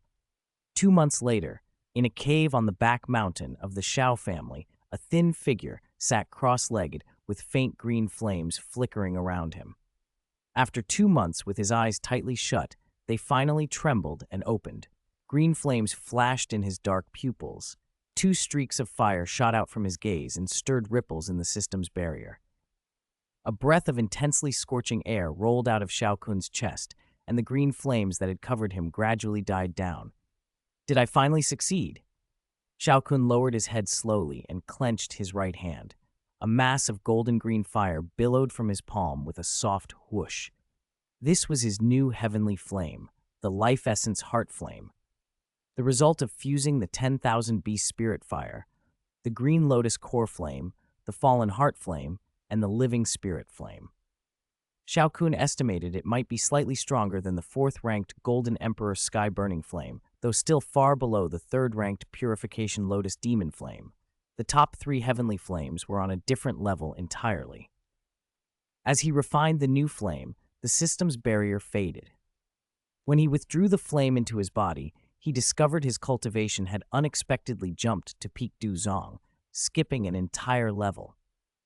If others knew how fast he'd grown, they'd be stunned. By his calculation, he was gaining roughly 1 star level nearly every week, a pace that would make those who labored for years to raise a single level feel foolish. Clenching his fist and feeling the mighty Do Qi surging through his meridians, dozens of times more powerful than before, Xiao Kun couldn't help but let out a long, piercing howl to the sky. The clear, resonant cry, like a crane's call, echoed over Wutun City. A ripple of Duzong pressure spread outward. The whole city fell silent. Daytime sounds died down as people stopped to listen. After a long moment, the stunned crowd began murmuring and peering toward the mountain, wondering what kind of expert had arrived at the Xiao family whose single cry shook the entire city. Most assumed it was a Do King, only a few well-informed veterans whose realms were high enough. Lion King, Baya, Elder Yao, and Luman sensed the aura of a Dozong and hurried toward the back mountain. Xiao Kun, regaining his senses after the howl, was pleased to find his soul realm had also surged forward, breaking through the spirit realm into its late stage. Do Qi and soul power advancing together was an intoxicating feeling. The spirit burning art truly was superior to ordinary burning techniques. Soon he felt several powerful auras approaching his cave. He rose, stepped onto the void, and walked in the air. It felt completely different from the last time he had used the Heavenly Flame's 3 mysterious transformations to force himself to Dozong. His energy was far greater now, and he controlled it with ease. This was his true strength. At the cave entrance, he hovered and watched the arrivals. Lion King and Xiao Yan flew side by side. Baya carried Luman, whose Do Qi had been sealed. When they saw Xiao Kun standing calmly in the void without any explosive technique, they all realized he had truly broken through to Dozong. "Third brother, have you broken through to Dozong?" Xiao Yan, the closest to him in kinship, asked first. "That's right, and I've taken a big step forward within the Dozong realm," Xiao Kun replied with a smile. The group was shocked. They hadn't expected him to reach Dozong at only 18. Xiao Yan accepted it as his brother's doing, but the others felt years wasted and a new respect for Xiao Kun. Dozong and Do Huang were no longer comparable. Whatever pride Lion King and Baya had once felt as the only Do Huangs in the Xiao family vanished in the face of Xiao Kun's breakthrough. "Congratulations, third brother, on advancing," Xiao Yan said. "Congratulations to the young clan leader on breaking through to Dozong," Lion King and Baya said in unison. Only Lu Man stood there stunned, disbelief written across his face. With Xiao Kun's breakthrough, his own hope of escape felt even slimmer. Xiao Kun smiled and nodded, then turned his gaze to the envious Lion King and Baya. "There's no need to be so surprised. If you two dedicate yourselves to the Xiao family's growth and use the family's medicine pills, you'll both be able to reach Dozong in a few years." "Baya and Lion King will certainly devote ourselves to the Xiao family," the two replied together. Hearing the two of them swear their oaths, Xiao Kun felt their sense of loyalty to the Xiao family had grown considerably. He smiled contentedly, ignored Lu Man's sour look, and asked Xiao Yan, "Fourth brother, how long was I in secluded cultivation this time?" "You were secluded for just over 2 months. There's only 1 month left until the 3-year agreement between Nalan Yanran and me is held at the Cloud Mist sect. If you hadn't come out, I would have had to head to the imperial capital early to prepare." Xiao Yan, remembering that Xiao Kun had not only emerged in time but had also gained a great deal of strength, felt much more confident about the trip. He replied happily, "Good timing, then." Hearing there was still a month left, Xiao Kun relaxed. He still had matters to discuss with Xiao Yan, so he turned to Lion King and Batte and said, "Thank you both for your concern. My fourth brother and I need to talk. Please take care of your own affairs." Lion King and Batte exchanged glances. Since they had confirmed Xiao Kun's advancement to Dozong, they felt it inappropriate to interrupt the brothers' private conversation. They bade farewell and left. "Is there something you need to tell me?" Xiao Yan watched them go, puzzled that Xiao Kun had kept him alone. "Do you remember when I suddenly unleashed Dozong's strength back in Stone Desert City?" "Of course I remember. Don't tell me." "Yes," Xiao Kun nodded. "I intend to teach you a secret technique that allows one to unleash strength far beyond their normal limit. It's a legacy technique of the Xiao clan. It's especially useful for someone with heavenly flames. Fully cultivated, it can even activate the Xiao clan mark." "The clan mark?" "Yes, the clan mark. All of the ancient 8 clans have their own clan marks." Xiao Kun proceeded to explain the ancient 8 clans to Xiao Yan. Then he produced a scroll from his storage ring, the recorded teachings of the Heavenly Flame 3 mysterious transformations, and handed it to Xiao Yan. "This is called the Heavenly Flame 3 mysterious transformations. It requires 3 kinds of flames to complete all 3 transformations. Heavenly flames are best for it. With your green lotus core flame, even if you can only practice the first transformation for now, you could increase your strength by at least 3 stars." Xiao Yan accepted the scroll carefully, treating it like a treasure and stowing it away. Thinking back on Xiao Kun's bursts of power in Stone Desert City, Xiao Yan suspected Xiao Kun had been using multiple types of flames at once, and that they were all heavenly flames. Curious, he asked, "How many transformations have you cultivated, third brother?" "I've reached the 3rd transformation," Xiao Kun said calmly, "but I'm still a little short of fully cultivating the clan mark." Cultivating the clan mark was notoriously difficult. In the original tale, even Xiao Yan only succeeded after half a year in the Heavenly Tomb. "So you must possess 3 heavenly flames. Incredible," Xiao Yan said, eyes shining with envy. He had only heard rumor of 2 heavenly flames so far, the green lotus core flame of the Serpent Clan and the fallen heart flame of Jianan Academy. Yet Xiao Kun already had 3. Xiao Kun only smiled at his reaction, which confirmed Xiao Yan's suspicions. "Since I just broke through to Dozong, I can now cultivate Heaven Severing Style 2, the Earth-rank high-grade Do technique within the Heaven Severing Finger that only Dozongs could use before. I want to train it for a while to prepare for the Cloud Mist sect." "Then when do we leave for the Imperial capital?" Xiao Yan asked. 10 days from now," Xiao Kun said. "All right." Xiao Yan, clutching the scroll, had no objections. After that, his thoughts drifted to Yafei, a vivid memory of a red figure, wondering how she'd been since they parted in Wutan City a year and a half ago. In the Imperial capital, in an upper-floor office of the Midder Auction House headquarters, the room was luxurious, but the 2 people inside both wore troubled expressions. A seductive woman in a red cheongsam, fair and beautiful, held a cup of tea. After a sip, she glanced at the white-haired old man across the desk and asked, "Elder Hai, didn't you say Xiao Kun would come to the Imperial capital within half a year? It's been almost a year. Why haven't we heard anything?" "That's what he said at the time. Maybe something delayed him." Hai Bodong teased gently. "Little girl, are you afraid he won't come if you don't sit still?" A flush rose to Yafei's cheeks. "Elder Hai," she muttered, then fell silent. 9 months ago, when this grand elder of the Middle family returned and learned her name, he told her he had been entrusted to look after her. Yafei, puzzled at first, felt a surge of happiness to hear it was Xiao Kun's instruction.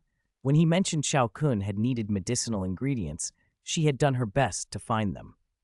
Hai Bodong, who had just returned, began by keeping a careful eye on her. But after discovering her business acumen, he promoted her, then only a great dough master, to general manager of the Midder Auction House headquarters, putting the auction house under her charge. Years of steady work, the nirvana pill that improved her talent, and the many medicinal pills Xiao Kun had given her had raised Yafei to the strength of a 3-star Do Ling. Had she focused solely on cultivation, she might have advanced even further. Even without devoting herself entirely to training, Yafei had become a rare genius in the middle family in decades. With her skill in business and Hai Bodong's backing, her position now ranked only beneath Hai Bodong and Middle Tengshan. She was effectively the family's third in command. I heard the 3-year agreement between Xiao Kun's younger brother, Xiao Yan, and Nalan Yanran is in 1 month. He should be coming to the imperial capital then, Hai Bodong said, piecing together what he'd learned. I hope so, Yafei murmured, eyes soft as she gazed toward Wutan City in her thoughts. After seeing Xiao Yan off, Xiao Kun went to the Xiao family to meet Xiao Zhan. He handed over all the dou techniques and cultivation methods he had taken from Lu Man to enrich the family's martial library. Xiao Zhan was surprised. Earth rank and profound rank techniques were rare, but when Xiao Kun explained they were prize spoils from defeating others, Xiao Zhan accepted them gladly, trusting his son's judgment. As Xiao Zhan received the gifts, that act triggered Xiao Kun's favored critical hit, and the multiplier was generous, producing a 1,000-fold critical compensation. Chapter 78, Heaven-Grade Cultivation Method. Xiao Kun had also obtained 1 Earth-rank Advanced Cultivation Method, 2 Earth-rank High-Grade Dou Techniques, and 3 Earth-rank Low-Grade Dou Techniques. The cultivation method was Wind attribute. The Dou Techniques included Wind, Fire, and Wood. Among all the items from the critical hit, only one was a non-attributed Earth-rank High-Grade Dou Technique, Sword 3. Xiao Kun could use it perfectly, giving his long-unused Red Flame Sword a chance to shine. The Wind-attributed cultivation method and Dou techniques could be used by Xiao Zhan, and the rest could be added to the Xiao family's armory. Since he had a few more useless cultivation methods and Dou techniques, Xiao Kun casually produced several more under Xiao Zhan's puzzled gaze, explaining he had forgotten them earlier to cover it up. With nothing else to do, he told Xiao Zhan he was going out to practice Dou techniques and left. 15 minutes later, Xiao Kun arrived at the magical Beast Mountain Range outside Wutan City, found a secluded spot, and prepared to cultivate. For this session, he planned to practice Heaven-Severing Style 2 first. Its foundation, built on Style 1, would make getting started easier. As for the newly acquired Earth-rank High-Grade Dou Technique Sword 3, it was divided into 3 moves: first move Rain Sword, second move Great Sword, and third move Sword Control. Rain Sword was a long-range offensive move capable of both area of effect and single-target attacks. When mastered, it unleashed energy sword auras as dense as raindrops, 10,000 swords at once, though they were all made of energy. Great Sword condensed energy into a gargantuan blade several dozen zhang long and launched it at the enemy, excellent for breaking through sturdy defenses. Initially, Xiao Kun imagined the third move Sword Control would be some Zhanxia-style remote sword control, slaying from 1,000 miles away, but he'd overthought it. The control was defensive, a meticulous set of techniques to manipulate and defend with a sword. Slightly disappointing, perhaps, but the technique still covered long-range, close-range, area effect, and single-target fighting. One technique fulfilling 3 roles. Like Heaven-Severing Finger and Shape-Shifting Illusion before it, Sword 3 had multiple applications. The system's rewards were, Xiao Kun had to admit, peculiar but useful. With so many complex moves, he couldn't master them all in 10 days. Sword 3 would have to wait until after Heaven-Severing Style 2. Perhaps he could secretly practice it with his clones once they reached the imperial capital. Xiao Kun reviewed Heaven-Severing Style 2 in his mind. It was nothing like Heaven-Severing Style 1, which required no hand seals, was covert, and consumed little energy. Style 2 wielded overwhelming power and devoured vast reserves of energy. Only a Du Zong could meet its execution threshold. It required hand seals and, once mastered, could form a 100-jang giant finger descending from the sky that would lock onto and suppress the enemy, forcing them to take the move head-on. An ordinary Dozong struck by it would likely be annihilated. To cultivate Style 2, he needed to reopen 2 specific small meridians based on the foundation laid by Style 1. 5 days later, Xiao Kun had successfully opened those 2 meridians. When he had been a Dowang, it had taken a month and a half to open the 5 meridians required for Heaven-Severing Style 1. Now opening just these 2 took 5 days, 3 to 4 times faster. Strength clearly sped Dou technique cultivation. With the prerequisites met, Xiao Kun formed hand seals, executed shape-shifting illusion, and separated 4 Douqi clones. After his breakthrough to Dozong, the number of Douqi clones doubled from when he had been a Douhuang, reaching 4. His increased strength not only raised his combat power, but also nearly doubled the speed of his Dou technique cultivation compared to the Douhuang stage. 5 days later, Xiao Kun stood facing a 100-jang-tall mountain peak a mile away. His hand seals flickered like lightning as he called the name of the move inwardly. Heaven-severing style 2. He pointed his right index finger at the peak. Energy immediately gathered above it, and under his control, condensed into a yellow finger nearly 100 jang in size. Patterns crawled across its surface like the knuckles of a colossal hand. It carried an overwhelming pressure, solidifying the space below, standing between heaven and earth like a massive pillar. The finger slammed down. The giant heaven-severing finger thundered as it struck, the surrounding space twisting with faint black fissures. The mountain peak was crushed into powder. The shock produced countless cracks in the ground like an earthquake. Watching the devastation, Xiao Kun nodded in satisfaction. With the help of his clones, 5 days of practice, equivalent to 25 ordinary days, had been enough for him to use Heaven-Severing Style 2 in combat. He also discovered through practice that this was a composite Dou technique. As the giant energy finger pressed down, a wave of soul deterrence emanated from it, freezing the enemy's will and making escape nearly impossible. Even if the target recovered from the deterrence afterward, the surrounding space remained locked and solidified, preventing retreat. For someone like Xiao Kun, whose soul power was vast thanks to the spirit-burning art and who was more proficient in spatial force than peers because of shape-shifting illusion, this move was downright godly. It fitted him perfectly. After the execution, Xiao Kun took 2 ragged breaths. The strike had consumed nearly 1/10 of his douqi. He immediately began to operate the spirit-burning art fiercely. Instantly, energy within several hundred meters converged toward him. The consumed 1/10 of douqi flowed back in, and he was restored. He could achieve this because his spirit-burning art had advanced to heaven rank low grade after devouring the living spirit flame. The common trait of heaven rank cultivation methods was the ability to forcibly absorb ambient energy, letting the owner instantly recover douqi during combat, granting great fighting power and endurance. 10 days had passed exactly. There was truly no time left to cultivate the other Earth rank high-grade Dou technique, Sword 3. He'd have to see if he could secretly train it with his clones once they reached the Imperial capital. Standing in the Void Realm and looking down at the ravaged mountain range, Xiao Kun felt a warm sense of accomplishment and a faint nostalgia for the 10 days of grueling cultivation.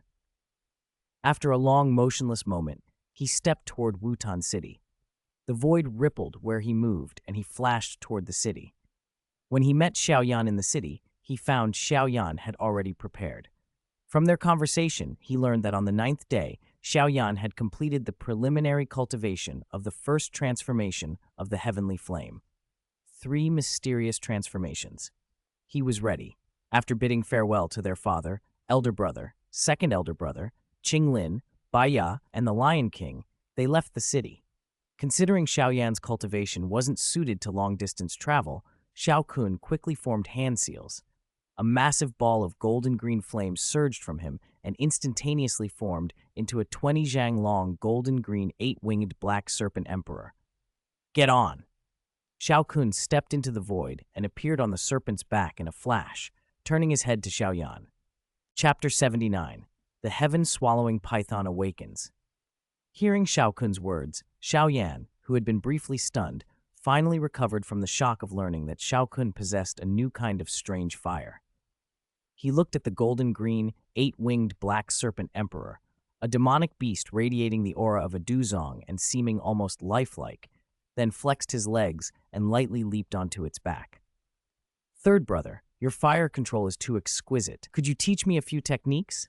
Xiao Yan asked. Once he was on the beast's back, he found it almost identical to Baiya, the mount they had ridden before, aside from color and size. Astonishment was followed by a sudden hunger for power. Since obtaining the green lotus core flame, he had worked relentlessly to master it, hoping refined control would improve both his alchemy and his combat.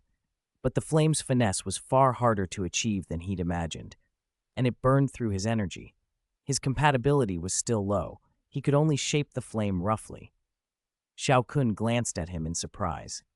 Xiao Yan rarely pleaded like this.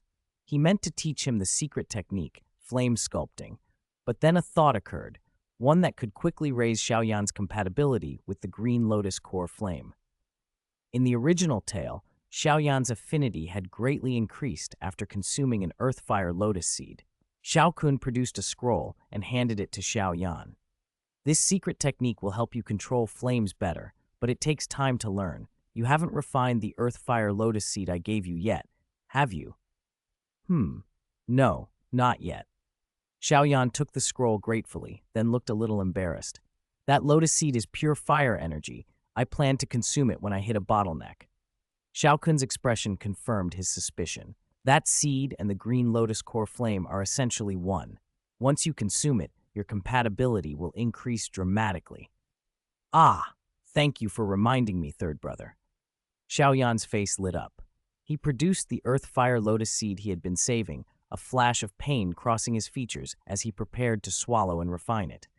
Seeing Xiao Yan's anxious, slightly pained look, Xiao Kun smiled and produced another earthfire lotus seed. He tossed it to Xiao Yan. Don't be stingy about it. Here, have another. Refine them both quickly. Thank you, third brother. Xiao Yan caught the seed and beamed. Such heavenly and earthly spiritual items were rare and consumed one at a time. Third brother had been extremely generous. No sooner had Xiao Yan accepted the seed than a system prompt echoed in Xiao Kun's mind. He had triggered a tenfold critical compensation and obtained 10 earthfire lotus seeds. Tenfold? Xiao Kun felt speechless. His luck seemed to have worsened again, but the reward was still valuable. He made no sign of surprise. The scent of the 2 lotus seeds, however, was intoxicating. Before Xiao Yan could put them away, something inside Xiao Kun's sleeve stirred. The little heaven-swallowing python, who had been sleeping there, suddenly transformed into a streak of 7-colored light and darted toward Xiao Yan. Xiao Yan's pupils contracted. The distance was short and the disparity in cultivation, and he trusted Xiao Kun, yet the streak was already almost upon him before he could react. He braced for impact, but the colorful streak halted and froze in midair right in front of him. Xiao Yan stared. The streak had become a tiny, magnificent serpent, 2 centimeters long, covered in 7-colored scales. Though restrained, its pale purple eyes burned with an intense craving for the earthfire lotus seed in Xiao Yan's hand. A faint, unique fragrance drifted from the little snake. Old Yao, who rarely manifested, revealed his ethereal form and admired. Its body is 7-colored, its pupils are somewhat purple, its body exudes fragrance, and its power connects to the heavens. This is an ancient exotic demonic beast, the 7-colored heaven-swallowing python. Xiao Yan twitched his nose. The snake's scent was indeed singular, and his curiosity deepened. Xiao Kun, who had been ruefully thinking about his strange luck, noticed that the python had woken and slipped out as a streak of light, heading straight for the lotus seeds. As a heavenly and earthly spiritual object, the earthfire lotus seed was far more tempting to it than the ordinary purple crystal source. Xiao Kun reacted instantly and froze the space around the little python, holding it suspended. Seeing Old Yao reveal himself, Xiao Kun smiled. Old Yao's right. This is the 7-colored heaven-swallowing python. I encountered Medusa evolving into this form when I last visited the Snake People clan, so I brought her back to raise her. Medusa? The infamous Medusa from the Tagore Desert actually evolved into this? Xiao Yan blurted, staring at the python's pure purple eyes that only reflected desire. That must mean the evolution wasn't complete. Xiao Kun walked over to the restrained little serpent. He produced another earthfire lotus seed and with deliberate care released the restraints. The python's purple eyes lit up. In the blink of an eye, she darted into Xiao Kun's palm and swallowed the seed, half the size of her own head, in one gulp. At that instant, the system chimed in Xiao Kun's mind again. He had triggered a critical event and received a 10,000-fold compensation, a single drop of Earth Spirit Marrow. 10,000-fold. 1 drop of Earth Spirit Marrow, undeniably potent and welcome, considering its power. After eating, the little python looked satisfied, but then belched out wisps of green mist, like the breath of some wicked dragon. The mist drifted and dissipated, and finally the python ceased. She rubbed her small head against Xiao Kun's thumb in a spoiled, affectionate gesture. Xiao Kun chuckled and gently stroked the serpent's head. "Don't sneak out like that again and scare people. If you behave, I'll give you more things like this." Hearing that, the seven-colored heaven-swallowing python stopped fussing, gazed up at Xiao Kun with adoration, and nodded repeatedly. Chapter 80. Arrival at the Imperial Capital. Watching the docile, adorable form of the little heaven-swallowing python, Xiao Kun realized this was only the second time the serpent had shown itself since being tamed. The first time it had surfaced was while he was refining the living spirit flame. The python woke, but, seeing he was busy, it hadn't disturbed him. Instead, it swallowed a large portion of the flame that overflowed from his body, fed on the excess energy, and then slipped back into a deep sleep. Its aura had already reached the peak of Douling. After consuming this earth-fire lotus seed, it would likely advance to Douwang. Xiao Yan, who had just watched Xiao Kun hand the seed over without hesitation and promise even more, felt a flash of envy for the little creature. Even Yao Lao looked astonished at Xiao Kun's generosity and wealth. With matters mostly settled, Xiao Kun gave the eight-winged black serpent emperor a look. The great beast, coiled on the ground, fixed its sharp, triangular eyes on him, then unleashed a roar that split the sky. 8 pairs of wings beat in unison, and it transformed into a golden-green streak of light, streaking toward the imperial capital. The display confirmed for Xiao Yan that a demonic beast created by the flame-sculpting secret technique had not only basic intelligence, but terrifying power. He grew excited at the thought of learning that technique himself. He forgot the earth-fire lotus seed he had intended to absorb and eagerly bombarded Xiao Kun with questions about the flame-sculpting method. Yao Lao, after marveling at the secret technique, slipped back into the ring. Xiao Kun only smiled and patiently answered Xiao Yan's questions. Time passed slowly. At one point, the little heaven-swallowing python grew drowsy, condensed into a 7-colored streak of light, darted into Xiao Kun's sleeve, and coiled around his arm to sleep. Half a day later, the 8-winged black serpent emperor finally neared their destination, the Jiama Empire's imperial capital, Jiama Holy City. Xiao Kun lowered his head and watched the massive metropolis rising on the distant horizon.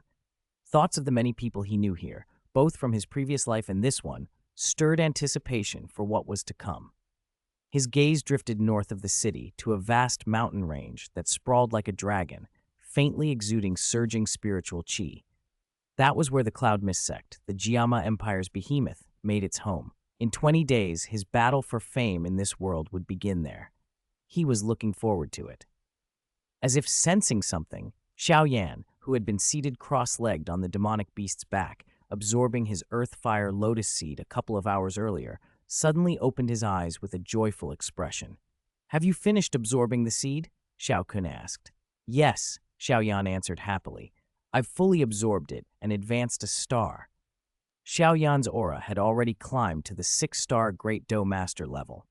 Xiao Kun smiled and nodded, then said, "Try controlling the green lotus core flame again." Xiao Yan paused, then nervously summoned the heavenly flame. To his surprise, a long azure whip of flame sprang into being and began to revolve around him on its own, like a spiritual weapon guarding its master. The whip circled him smoothly, a sign that his compatibility with the Green Lotus core flame had improved dramatically. Previously, with his limited flame control, something like that would have been impossible. Joy swelled in him, but he didn't forget who had helped him. Rising, he thanked Xiao Kun. "Thank you, third brother." Xiao Kun replied calmly, patting Xiao Yan on the shoulder. "Between brothers, there's no need for formalities." They guided the 8-winged black serpent emperor to land in a quiet place and planned to enter the imperial capital on foot. At the city gates, Xiao Kun took in the scale of Jiama Holy City. In grandeur and area, it surpassed every city he'd ever seen. "As expected of the imperial capital of the Jiama Empire," he said, impressed. "Truly magnificent." "The imperial capital is vast and prosperous," Xiao Yan agreed. "Fourth brother, anywhere special you want to visit?" "Not particularly," Xiao Kun answered. "Wherever third brother goes, I'll follow." "Then let's head to the auction house first," Xiao Kun decided. The auction house is the largest trade center in the empire. We should find what we need there. I also have a contact, someone you should meet. Someone I know? Xiao Yan asked, puzzled. He didn't think anyone he knew lived in the imperial capital.